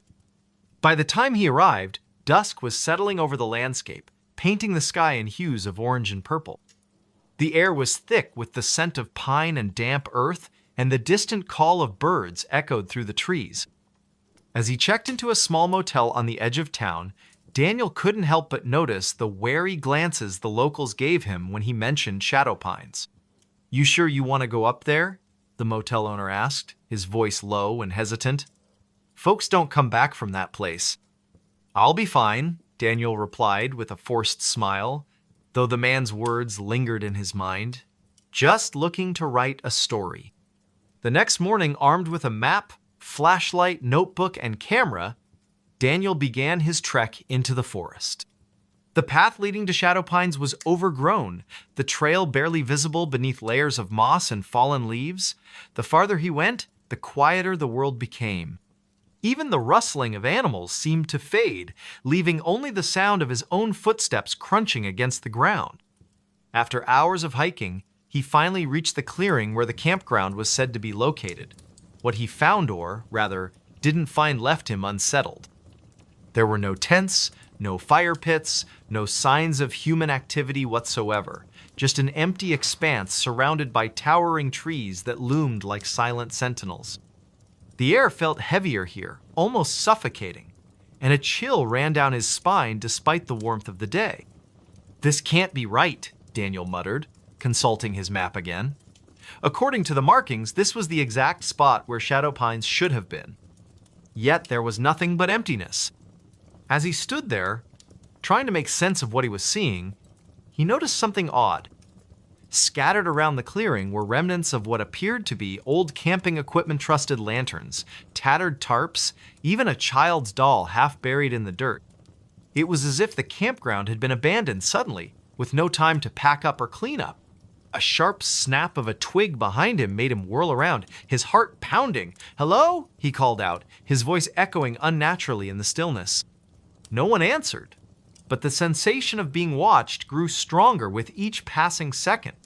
Deciding to document everything, Daniel began taking photographs of the clearing and the scattered debris. As he snapped a picture of the doll, his camera emitted a strange buzzing noise before shutting off completely. Frowning, he fiddled with the device, but it refused to turn back on. "Great," he muttered under his breath, stuffing the useless camera into his bag. "Guess I'll have to rely on notes." He moved closer to inspect the doll more closely, crouching down to brush away some of the dirt covering its face. The porcelain features were cracked and weathered, but there was something unsettling about the way its glassy eyes seemed to follow him. A sudden gust of wind swept through the clearing, sending a shiver down his spine. That's when he heard a faint whisper, so soft it could have been the wind. "Leave." Daniel froze, his breath catching in his throat. "Who's there?" he demanded, his voice trembling slightly. The whisper came again, louder this time. "Go now." His instinct screamed at him to run, but curiosity rooted him to the spot. Slowly, he rose to his feet and scanned the surrounding trees, searching for any sign of movement. The forest remained eerily still, yet the feeling of being watched intensified. Determined to get to the bottom of this, Daniel pressed on, venturing deeper into the woods. He followed a narrow trail that seemed to lead away from the clearing, hoping it would take him somewhere area that might provide answers. The light was fading fast, casting long shadows that danced across the forest floor. After what felt like an eternity, he stumbled upon a dilapidated cabin hidden among the trees. Its wooden walls were rotting, and the roof sagged dangerously, but it offered shelter from the growing darkness. Reluctantly, he pushed open the creaky door and stepped inside. The interior was dimly lit by the last rays of sunlight filtering through the cracks in the walls. Dust covered every surface, and the air smelled of decay. In the center of the room stood a rickety table, atop which lay a collection of objects: a journal, a pocket watch, and a bundle of faded photographs. Curiosity getting the better of him, Daniel picked up the journal and began flipping through its pages. The entries were written in shaky handwriting, detailing the experiences of someone who had once stayed at Shadow Pines. The writer described hearing voices in the night, seeing shadowy figures moving between the trees, and feeling an unbearable sense of dread that never lifted. One passage caught his attention. "They say the forest is alive, watching, waiting. If you listen closely, you can hear it calling your name. Don't answer. Whatever you do, don't answer." A chill ran down Daniel's spine as he read those words. Before he could process them further, a loud thud outside made him jump. Dropping the journal, he grabbed his flashlight and cautiously approached the window. Peering out into the gloom, he saw nothing but swaying branches and shifting shadows. Or so he thought. As he stared harder, he realized one of the shadows wasn't moving with the wind. It stood perfectly still, darker and denser than the others. And then, slowly, it began to move toward the cabin. Panic surged through him, and he backed away from the window, his mind racing. Should he stay and try to defend himself, or flee into the unknown depths of the forest? The decision was made for him when the front door burst open with a deafening crash. Heart pounding, Daniel bolted out the back door, not daring to look behind him. Branches clawed at his arms and face as he ran, the forest seeming to close in around him. The whispers returned, louder now, overlapping in a cacophony of voices that urged him to stop, to turn around, to give in. "No!" he shouted, his voice raw with desperation. "I won't stop!" Somehow, miraculously, he found his way back to the trail leading out of the woods. By the time he emerged onto the main road, dawn was breaking, painting the sky in soft pastels. Exhausted and shaken, he collapsed onto the ground, gasping for breath. When he finally mustered the strength to stand, he turned back to look at the forest one last time. Through the mist, rising from the trees, he could see the outline of the clearing where Shadow Pines had supposedly been. But now, instead of emptiness, there was something elsey, cluster of tents, flickering campfires, and figures moving about as if nothing were amiss. Blinking in disbelief, Daniel rubbed his eyes, certain he was hallucinating. When he looked again, the scene was gone, replaced once more by the desolate expanse. Shaken to his core, Daniel returned to Pine Ridge and wrote his article about Shadow Pines, though few believed his account. Over time, the story faded from memory, becoming just another tale whispered around campfires. But Daniel never forgot. On quiet nights, he sometimes thought he could still hear the whispers, faint and distant, calling him back to the campground that disappeared. And deep in the forest, the shadows waited, patient and eternal. The wrong voice on the baby monitor. It was a humid summer evening in the small suburban town of Maple Grove, Illinois. The kind of night where the air felt thick and heavy, clinging to your skin no matter how many fans you turned on. Rachel Dawson sat in the living room of her modest two-story home, absently flipping through channels on the television while trying to ignore the faint hum of cicadas outside. Her son, Ethan, just 6 months old, had finally fallen asleep after hours of fussing. She cherished these rare moments of quiet, even if they were fleeting. On the coffee table beside her sat the baby monitor, its green light blinking steadily to indicate it was active. The device was one of those high-tech models with both audio and video capabilities, though Rachel rarely used the video feature unless she needed to check on Ethan during particularly restless nights. Tonight, however, she kept the screen off, relying solely on the sound to reassure herself that all was well upstairs. At first, the only noise coming from the monitor was the soft, rhythmic breathing of her sleeping child. Rachel leaned back into the couch, letting out a sigh of relief as she allowed herself to relax for the first time all day. But then, something changed. A faint rustling sound came through the speaker so subtle at first that she almost dismissed it as static or interference. She sat up straighter, straining to listen. Probably just the wind, she murmured to herself, glancing toward the closed windows. Yet deep down, she knew that wasn't it. The sound grew louder, more deliberate, like someone or something was moving around in Ethan's nursery. Her heart began to race as she grabbed the monitor and pressed it closer to her ear. And then she heard it. A voice. Low, distorted, and utterly foreign. It wasn't her husband's voice. He was working late at his office downtown, and it certainly wasn't hers. "Who's there?" the voice whispered, its tone chillingly calm yet tinged with menace. "Why are you watching me?" Rachel froze, her blood turning to ice in her veins. She stared at the monitor, half expecting the screen to flicker to life and reveal an intruder lurking in her baby's room.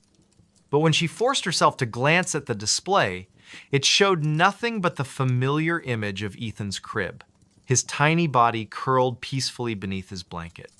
"Hello," she called out tentatively, her voice shaking. "Is someone in my house?" There was no response, at least not immediately.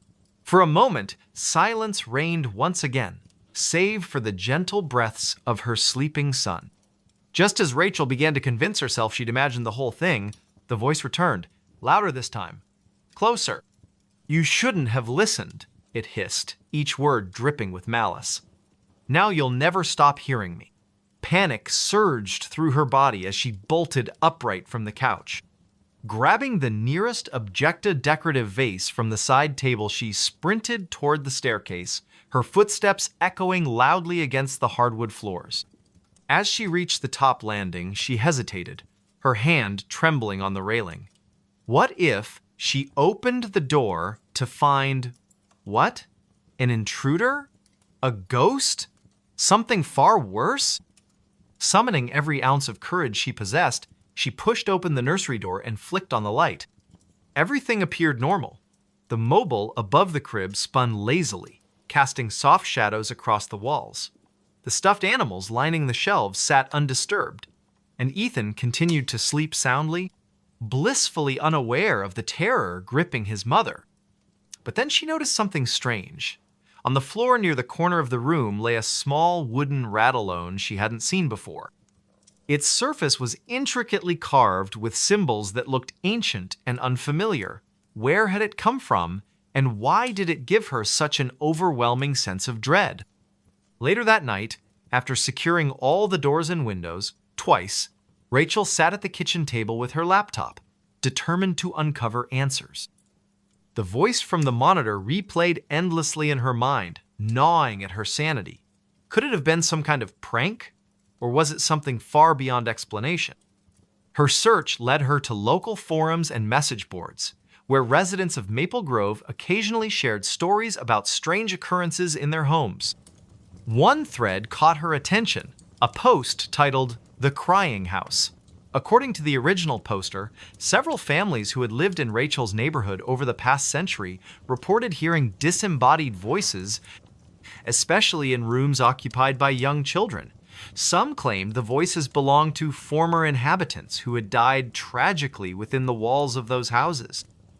Others suggested the land itself was cursed, haunted by spirits tied to the area's Native American history. As Rachel scrolled further, she found comments from people claiming to know specific details about her street.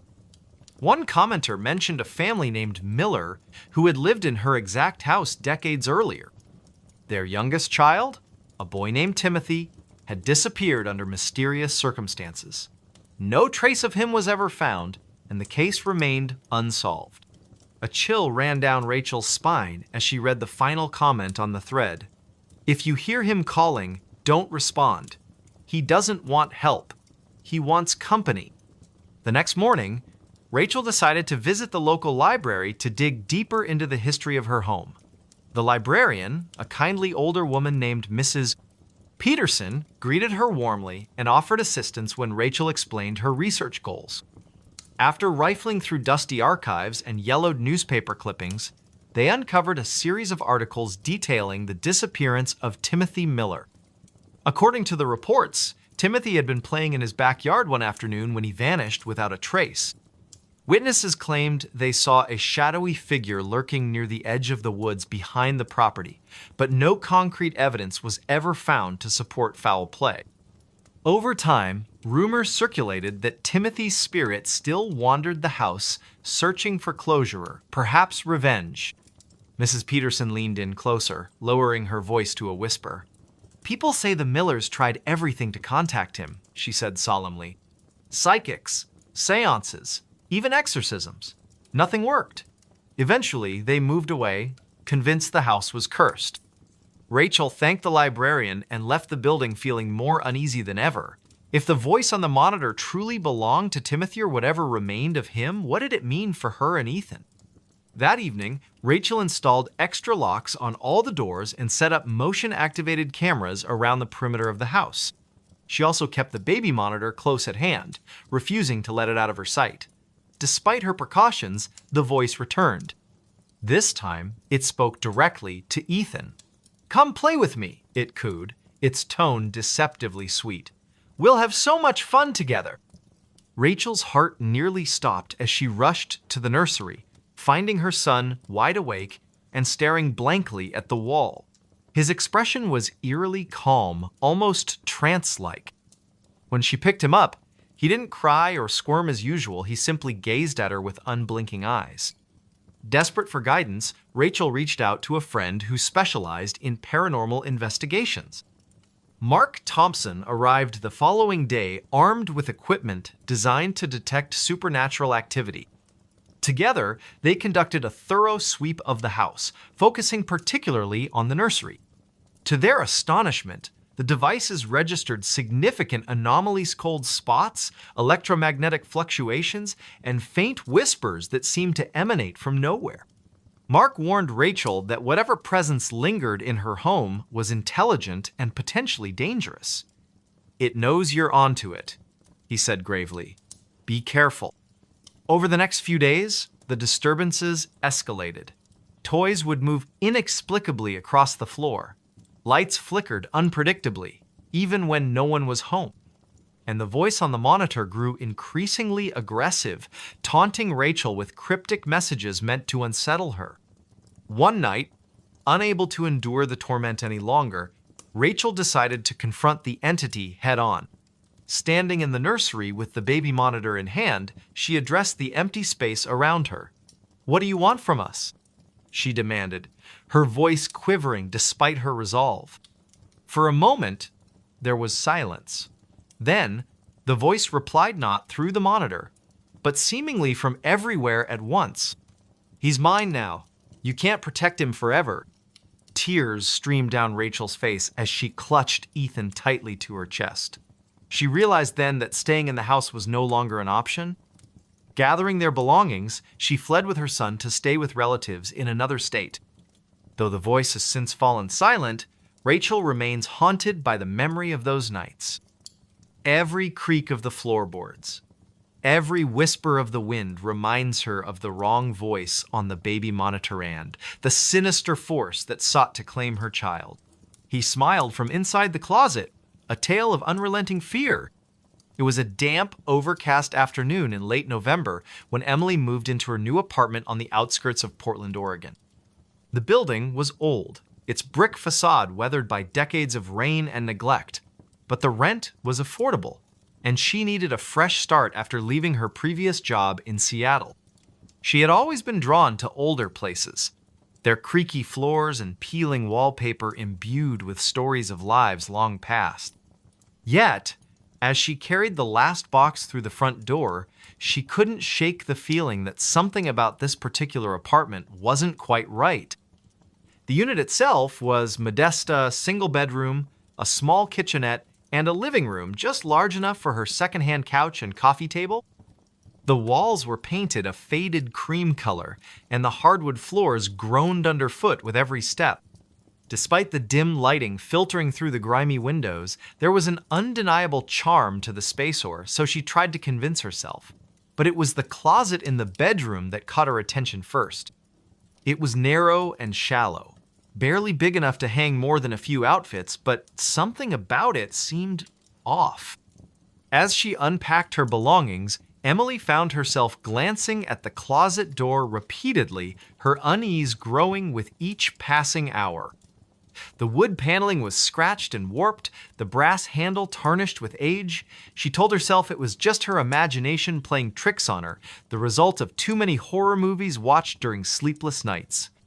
Still, she couldn't resist testing the door, pulling it open to reveal the cramped interior. Empty hangers swayed gently, though she hadn't touched them, and the faint smell of mildew lingered in the air. Shaking her head, she closed the door firmly and returned to her task. By evening, the rain had begun to fall, tapping softly against the window panes as twilight settled over the city. Emily sat cross-legged on the floor, sorting through a box of books and photographs, her mind drifting back to memories of her childhood home in Montana. The rhythmic patter of raindrops lulled her into a sense of calm, and for a moment, she almost forgot about the nagging discomfort the closet had stirred earlier. Almost. Then, just as she reached for another stack of papers, she heard a soft click, like the sound of a latch being released. Her fingers froze mid-motion, and she turned her head slowly toward the closet. The door stood slightly ajar, though she was certain she had closed it tightly before sitting down.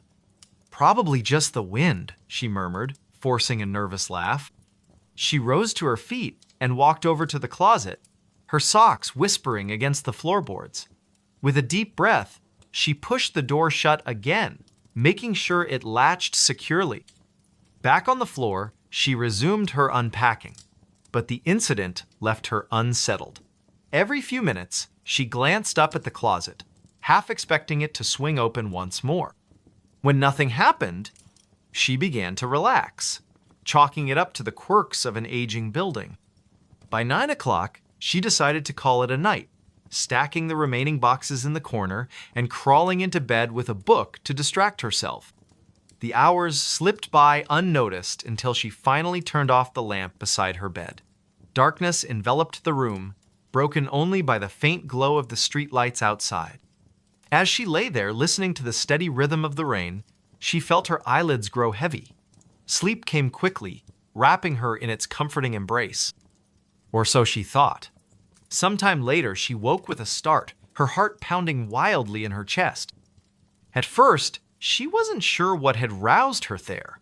There was no noise, no movement, just an oppressive silence that seemed to press down on her like a weight. Then, out of the corner of her eye, she saw it. A sliver of darkness where none should have been the closet door was open again. Emily sat bolt upright, her pulse racing. The room was pitch black, save for the pale light streaming through the window, casting eerie shadows across the walls. She stared at the closet, willing herself to believe it was just her imagination. After all, doors could open accidentally, couldn't they? Maybe the latch was faulty. Maybe. And then she saw it. A flicker of movement inside the closet, so subtle she almost missed it. Something shifted in the shadows, just beyond the reach of the light. Her breath hitched in her throat as she strained to see more clearly. Was someone in there? Had someone broken in while she slept? Summoning every ounce of courage, she reached for the lamp on her bedside table and switched it on. The sudden brightness illuminated the room, revealing the closet's empty interior.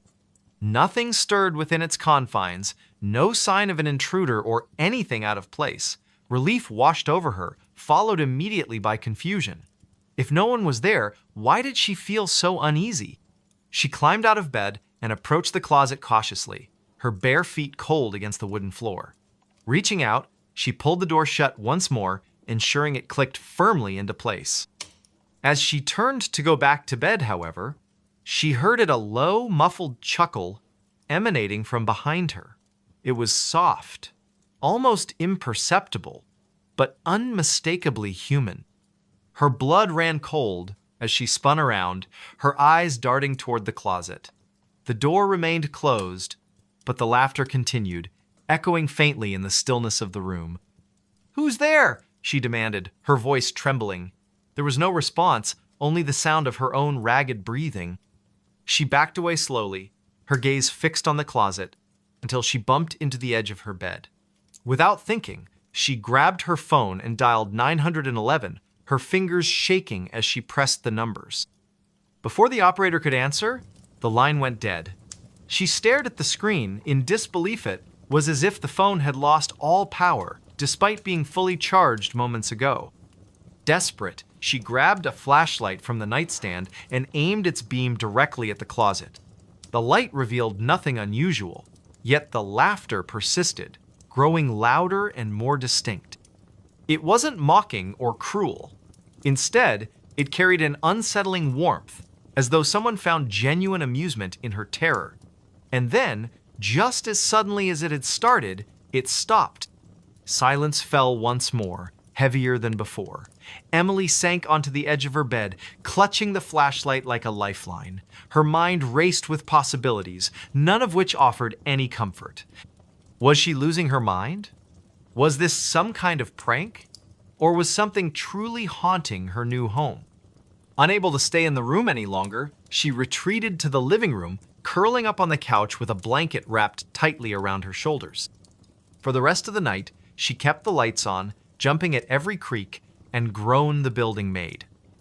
When morning finally arrived, she felt exhausted, both physically and emotionally drained.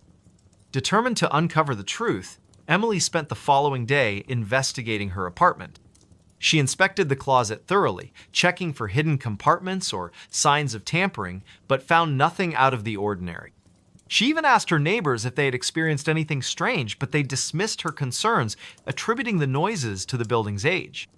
Frustrated and increasingly anxious, she decided to research the history of the property online. What she discovered chilled her to the bone.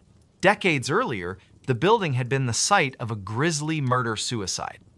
A man named Harold Grayson, described in news articles as reclusive and deeply disturbed, had killed his wife and young daughter before taking his own life in the very same apartment. According to reports, he had locked himself in the master bedroom and barricaded the door, refusing to let anyone enter. When authorities finally broke in, they found his body slumped against the closet, a knife clutched in his hand, and a disturbing smile frozen on his face. Emily's stomach churned as she read the details, her mind conjuring images she wished she could unsee. Could it be possible that Harold's spirit still lingered in the apartment, trapped between worlds? She didn't consider herself superstitious, but the coincidence was too striking to ignore. That evening, she resolved to confront whatever presence haunted her home. Armed with a camera and a digital recorder, she sat cross-legged on the floor of her bedroom, facing the closet. The atmosphere was tense, charged with an energy that made her skin prickle. She pressed record and began speaking aloud, her voice wavering slightly. "If you're here, If you can hear me, please show yourself. I don't mean any harm. I just want to understand." For several minutes, nothing happened. The room remained silent, the only sound the faint hum of the recorder. Just as she began to doubt her plan, the closet door creaked open slowly, inch by inch, until it stood wide. Emily's breath caught in her throat as she stared into the darkness, her grip tightening on the camera. From within the shadows, two pale eyes appeared, gleaming faintly in the dim light. They were accompanied by the unmistakable curve of a grin-wide, toothy, and utterly unnatural. "Harold?" she whispered, her voice barely audible. In response, the figure stepped forward, emerging fully into view. He was gaunt, his skin stretched taut over sunken cheeks, his hair matted and unkempt, his clothes were tattered, remnants of a bygone era, and his hands were stained with dried blood. But it was his smile that terrified her most, a grotesque caricature of joy, devoid of humanity. "You shouldn't have come here," he rasped, his voice a guttural blend of malice and sorrow. "This isn't your place." Emily scrambled backward, dropping the camera as she fumbled for her phone. Her fingers trembled as she dialed emergency services, but the call failed to connect. Harold advanced steadily, his grin widening with each step. "You can't leave," he said, his tone almost playful. "Not after seeing me." Panic surged through her veins as she bolted for the door, but it slammed shut before she could reach it. Trapped, she turned to face him, tears streaming down her face. "Please," she begged, her voice cracking. "I didn't know. I swear I didn't know." Harold tilted his head, studying her with an expression of detached curiosity. "Too late?" he murmured, raising a bloody hand toward her. "Now you'll stay with us." The world dissolved into chaos. Emily screamed, clawing at the door in a futile attempt to escape, but her efforts were in vain. The last thing she saw before darkness claimed her was Harold's smile bright, unyielding, and utterly triumphant. Weeks later, the apartment sat empty, its windows boarded up and its halls silent. Neighbors whispered about the tragedy, speculating about the young woman who had vanished without a trace. Some claimed to hear faint laughter coming from the unit late at night, while others reported seeing a shadowy figure standing in the window. No one dared to investigate further. And deep within the walls of the old building, Harold Grayson smiled contentedly, knowing he would never be alone again. They moved out. Something stayed. It was late spring in the small town of Black Hollow, a quiet community nestled in the rolling hills of Ohio. The air carried the scent of blooming wildflowers, and the sun hung low in the sky, casting golden rays over the rows of modest houses that lined the streets. Among these homes stood 42 Maplewood Lane, a weathered Victorian house with peeling white paint and crooked shutters. For decades, it had been the residence of the Thompson family parents, 2 children, and their aging dog Bud. Now, it sat empty, its windows dark and its porch sagging under the weight of neglect.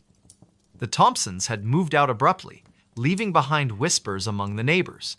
No one knew exactly why they left, only that they had packed up overnight and vanished without a word. Some said it was because of financial troubles. Others claimed the house was haunted. Whatever the reason, the property remained unoccupied for months, its presence growing more ominous with each passing day. Then came Emma Dawson, a young woman in her late 20s who had inherited the house from a distant relative she barely remembered. A freelance photographer by trade, Emma was drawn to the idea of solitude, a chance to escape the chaos of city life and focus on her work. She arrived at the house one cloudy afternoon, her car loaded with boxes and camera equipment. As she stepped out of the vehicle, she couldn't shake the feeling that something about the place felt off. The air seemed heavier here, the silence almost oppressive. Still, she reminded herself that old houses often had quirks, and this one would be no different. "It's just an old house," she muttered under her breath, though her voice lacked conviction. "Nothing to worry about." Unlocking the front door, Emma stepped inside, her footsteps echoing on the creaky wooden floors. The interior was dim, the sunlight filtering weakly through dusty curtains. Cobwebs clung to the corners of the ceiling, and a thin layer of grime coated every surface. Boxes were stacked haphazardly in the living room, remnants of the previous owner's hasty departure. Emma set down her bag and began unpacking, determined to make the space livable. As she worked, she noticed strange details about the house scratches on the walls that looked too deliberate to be accidental, faint scorch marks on the carpet, and a peculiar odor that lingered despite her efforts to air out the rooms. By nightfall, she had made some progress, but exhaustion crept in quickly. Deciding to call it a night, she lit a few candles and settled onto the couch with a cup of tea. Outside, the wind howled through the trees, rattling the loose shutters and sending shadows dancing across the walls. That's when she heard the first sound that would haunt her nights to come. A soft thud came from upstairs, followed by the unmistakable creak of floorboards. Emma froze, her teacup halfway to her lips. "Hello?" she called out, her voice trembling slightly. No response. She told herself it was probably just the house settling, but the unease gnawing at her stomach wouldn't subside. Setting aside her tea, she grabbed a flashlight and cautiously climbed the staircase. Each step groaned beneath her weight, amplifying the tension coiling in her chest. At the top, she found herself facing a long hallway lined with closed doors. One of them stood slightly ajar, a sliver of moonlight spilling through the gap. Her heart pounded as she approached, pushing the door open with a trembling hand. Inside was an empty bedroom, its walls bare except for a single faded photograph hanging askew. The image depicted a family smiling stiffly at the camera, mother, father, and 2 children. Something about their expressions unsettled her, as if they were hiding a secret too terrible to share. Before she could examine it further, a cold breeze swept through the room, extinguishing the candle she had brought with her. Darkness enveloped her, broken only by the weak beam of her flashlight. Panic rising, she turned to leave, but stopped short when she saw the shadowy figure standing in the doorway. It wasn't human. Its form shifted and writhed like smoke given shape, its eyes glowing faintly in the gloom. Emma stumbled backward, her breath catching in her throat. The thing tilted its head, studying her with an intelligence that chilled her to the bone. Then, with a speed that defied logic, it lunged forward. Emma screamed and bolted from the room, slamming the door shut behind her. She raced down the stairs and out the front door, not stopping until she reached her car. Trembling, she fumbled with the keys and sped away, leaving the house and whatever lurked within behind. For days, she avoided returning, staying with a friend in town while she tried to process what had happened. But curiosity eventually got the better of her. Determined to uncover the truth, she visited the local library, poring over old records and newspaper clippings related to 42 Maplewood Lane. What she discovered sent a shiver down her spine. Decades earlier, the house had belonged to a reclusive man named Arthur Grayson, who was rumored to dabble in occult practices. Neighbors reported hearing strange noises coming from his home, and several children claimed to have seen monsters lurking in the woods behind the property. When Grayson disappeared without explanation, the house changed hands multiple times, each new owner leaving under mysterious circumstances.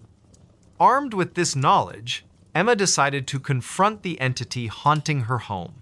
She enlisted the help of a local historian named Mr. Peterson, who specialized in folklore and paranormal phenomena. Together, they returned to the house on a moonlit night, carrying sage bundles, salt, and a journal containing instructions for banishing malevolent spirits. The ritual was tense and exhausting, requiring them to chant incantations and burn herbs throughout the house. At first, nothing seemed to happen. But as they reached the final steps, the atmosphere shifted dramatically. The temperature plummeted, and the air grew thick with static electricity. Shadows swirled around them, taking on grotesque shapes before dissolving into nothingness. Suddenly, a deafening roar filled the house, shaking the very foundation. The lights flickered violently, then went out completely. In the darkness, Emma felt a presence looming over her, its malice palpable. She clutched the journal tightly, reciting the final words of the incantation with all the strength she could muster. And then, silence. When the power returned moments later, the oppressive energy that had plagued the house was gone. Exhausted but relieved, Emma and Mr. Peterson exchanged wary glances. "I think we did it," he said softly, though his tone suggested he wasn't entirely convinced. Over the following weeks, Emma stayed in the house, testing her newfound sense of security. Though the oppressive feeling had lifted, she couldn't shake the lingering suspicion that something or someone remained. One evening, as she sorted through the remaining boxes left by the Thompsons, she found a journal tucked away in a dusty corner. Its pages were filled with frantic scribbles detailing the family's experiences in the house. They described hearing voices in the walls, seeing shadowy figures in the hallways, and feeling an overwhelming sense of dread that never eased. In the final entry, written in shaky handwriting, the author confessed, "We're leaving tonight. We can't stay any longer. It watches us. It waits. We thought moving out would end it, but I fear it will follow us wherever we go." The realization hit Emma like a punch to the gut. The Thompsons hadn't escaped, they had simply passed the burden on to her. From that moment on, Emma lived in constant vigilance, aware that the house might still harbor secrets she hadn't uncovered. Occasionally, she would hear faint whispers drifting through the halls or catch glimpses of movement out of the corner of her eye. But she refused to abandon the home she had fought so hard to reclaim. "They moved out," she whispered to herself one night, staring into the flickering flame of a candle. But something stayed. And deep within the walls of 42 Maplewood Lane, the shadows stirred once more. The note under the floorboards. Late one October evening, in a small town nestled deep within the Appalachian Mountains of West Virginia, a man named Daniel Harper found himself alone in his late grandmother's creaky old house. The air was thick with the scent of damp wood and aged paper, and the faint hum of insects echoed through the cracks in the walls. It had been years since he last visited this place, but after her passing, Daniel felt an inexplicable pull to return, as if some unseen force was calling him back to uncover something long buried. The house stood at the end of a winding dirt road, surrounded by towering oak trees whose skeletal branches clawed at the darkening sky. Its weathered exterior bore the marks of time-peeling paint, sagging shutters, and a porch that groaned under even the slightest weight. Inside, things were no better. Dust coated every surface, and shadows seemed to linger longer than they should. The electricity hadn't worked for years, so Daniel relied on oil lamps scattered throughout the house to fend off the encroaching darkness. It was during his second night there that it happened. Daniel had decided to clean out the attic, a task he'd been avoiding since arriving. As he shuffled through boxes filled with yellowed photographs and forgotten trinkets, he noticed a loose floorboard near the far corner of the room. At first, he thought nothing of it, just another sign of the house's decay, but curiosity got the better of him. Kneeling down, he pried the warped plank up with a crowbar he'd brought along. Beneath the board lay a single sheet of paper, folded neatly into quarters. His heart thudded in his chest as he picked it up, the texture rough against his fingertips. Unfolding it revealed handwriting scrawled in faded ink, the letters shaky yet deliberate. The note read, "If you've found this, then I am already gone. They are here watching from the woods. Do not trust them. Burn the house before it spreads further." A chill ran down Daniel's spine as he stared at the cryptic message. Who wrote this? And what did they mean by they? He tried to shake off the unease settling over him, telling himself it was probably just some prank left behind by a mischievous relative decades ago. But deep down, he couldn't ignore the gnawing feeling that something wasn't right. That night, sleep eluded him. Every creak of the house sounded louder, every shadow darker. Around midnight, he heard a soft tapping coming from somewhere below. At first, he convinced himself it was just the wind rattling the windows or branches brushing against the siding. But when the sound grew more insistent, almost rhythmic, he knew it wasn't natural. Gripping the flashlight tightly, Daniel descended the narrow staircase leading to the main floor. The beam of light cut through the oppressive gloom, revealing empty rooms and cobwebbed corners. The tapping led him to the living room, where the source seemed to emanate from beneath the floorboards. His pulse quickened as he knelt down and examined the wooden planks. One of them shifted slightly when he pressed on it, revealing another hidden compartment. Inside, he found another note, identical in appearance to the first. This one read, "You shouldn't have come back. Leave while you still can. Once they know you're here, there will be no escape." Panic bubbled up inside him, but he forced himself to stay calm. "This is ridiculous," he muttered aloud, trying to reassure himself. "Just someone messing with me." Yet, as he stood there in the dim light, he couldn't shake the sensation of being watched. Slowly, he turned toward the window and froze. Through the glass, barely visible in the moonlight, stood a figure cloaked in shadow. It didn't move, didn't make a sound, but its presence was undeniable. Daniel blinked, certain his eyes were playing tricks on him, but when he looked again, it was still there. Instinctively, he took a step back, knocking over a nearby lamp. The crash startled him, and by the time he regained his composure and peered outside once more, the figure was gone. The next morning, Daniel told himself it was all in his head. Sleep deprivation, combined with the eerie atmosphere of the house, must have conjured those hallucinations. Still, he couldn't bring himself to dismiss the notes entirely. Determined to get to the bottom of things, he began digging through his grandmother's belongings for answers. In a dusty trunk stored in the basement, he discovered a journal belonging to her. Flipping through its brittle pages, he learned about strange occurrences she documented over the years' disappearances in the surrounding woods, livestock mutilations, and whispers of a cult operating in secret. She mentioned seeing figures lurking outside the property line at night, always retreating into the forest whenever approached. One entry stood out above the rest. "They offered me a deal to leave the house untouched in exchange for silence. I refused. Now I fear they'll come for me next. If anything happens to me, destroy this place. Don't let them use it."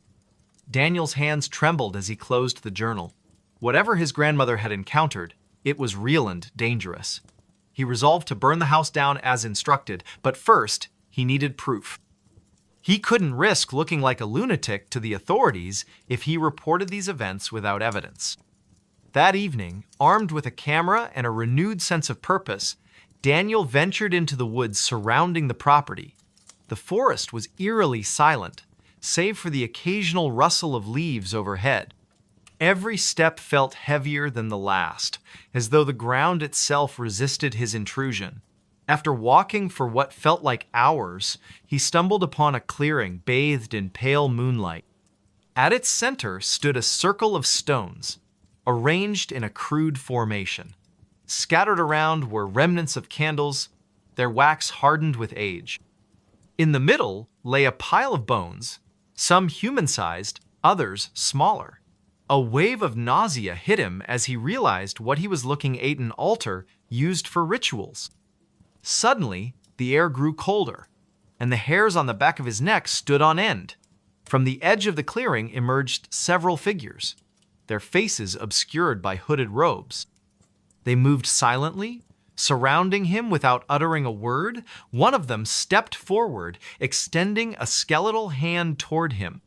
Daniel bolted, crashing through the underbrush as adrenaline surged through his veins. Behind him, he could hear the sound of pursuit footsteps pounding against the earth, growing closer with each passing second. He didn't dare look back, focusing solely on reaching the safety of the house. When he finally burst through the front door, slamming it shut behind him, he collapsed onto the floor, gasping for breath. For a moment, everything was still. Then, Faint scratching noises began emanating from the walls, followed by low murmurs that seemed to seep through the very foundation of the house. Desperation took hold of him. Grabbing a box of matches from the kitchen, he set fire to the curtains, watching as flames quickly consumed the dry fabric. Smoke filled the air, choking him as he stumbled outside. Behind him, the structure roared with life, its timbers crackling and collapsing inward. Yet, as Daniel watched the inferno engulf the house, he noticed something unsettling.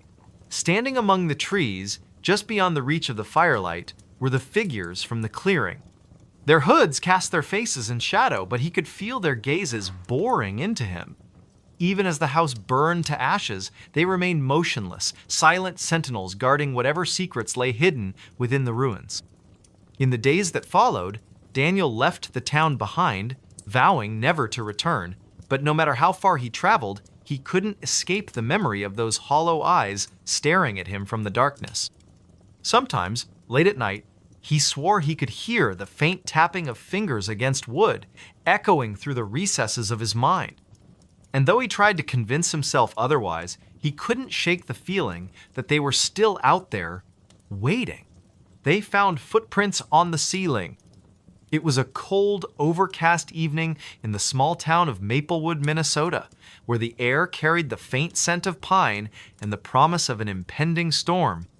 The streets were quiet, save for the occasional rustle of leaves blown by the wind. Somewhere in the heart of the town stood an old Victorian house, its once grand facade now marred by peeling paint and broken shutters. The house had been abandoned for decades, its history shrouded in whispers and half-truths. Locals avoided it, claiming it was cursed, but for one man named Ethan Grayson, the stories only fueled his curiosity. Ethan had recently moved to Maplewood after inheriting the property from a distant relative he barely remembered. A freelance journalist by trade, he saw the house as both a challenge and an opportunity, a chance to uncover a story that might reignite his career. Little did he know, the house held secrets far darker than anything he could have imagined. The first night he spent there, Ethan was struck by how oppressive the silence felt. Even with the hum of his portable heater and the soft glow of his desk lamp, the house seemed alive in ways he couldn't explain. The wooden floors groaned under their own weight, and the walls creaked as if shifting ever so slightly. He tried to dismiss these sounds as typical for an old building, but something about them unsettled him. Around midnight, unable to sleep, Ethan decided to explore the second floor. His footsteps echoed softly against the warped floorboards as he made his way down the dimly lit hallway. At the end of the corridor, he noticed a door slightly ajar, a room he hadn't yet investigated. Pushing it open, he found himself in what appeared to be a child's bedroom, though it had clearly been unused for years. Toys lay scattered across the floor, their colors faded with time, and a dollhouse sat in the corner, its tiny furniture covered in dust. As Ethan stepped inside, he felt a sudden chill run down his spine. The air in the room was colder than the rest of the house, almost unnaturally so. He shook his head, chiding himself for being overly imaginative, and turned his attention to the ceiling. That's when he saw them footprints. Perfectly imprinted into the plaster, they trailed across the surface as though someone or something had walked upside down. His breath caught in his throat. For a moment, he thought his eyes were deceiving him, but no matter how many times he blinked or tilted his head, the prints remained.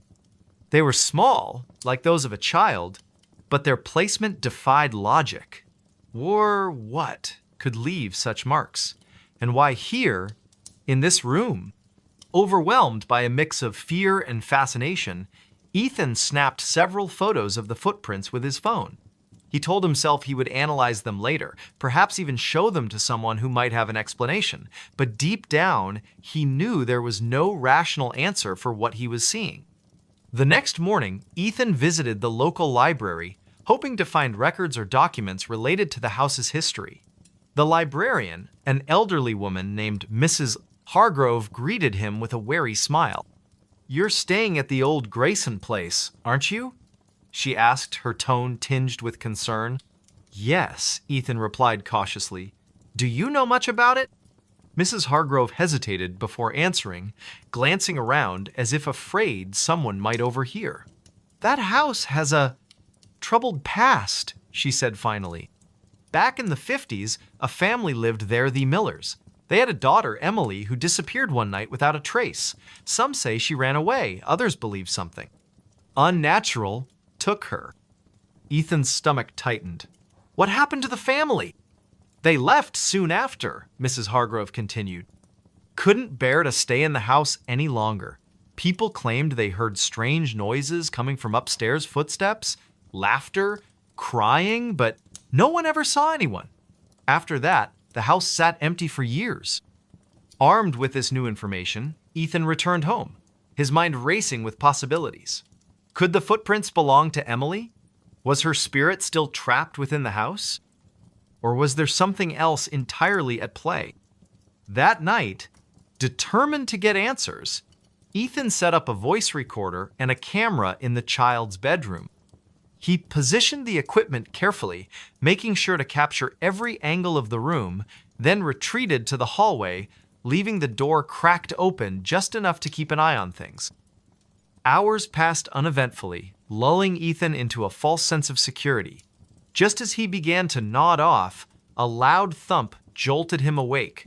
Heart pounding, he rushed back to the room and froze at the threshold.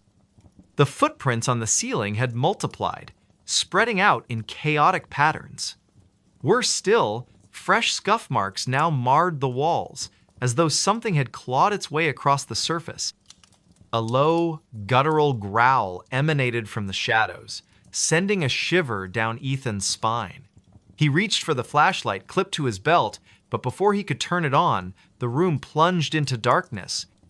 The cameras and recorder went dead simultaneously, their screens blank and lifeless.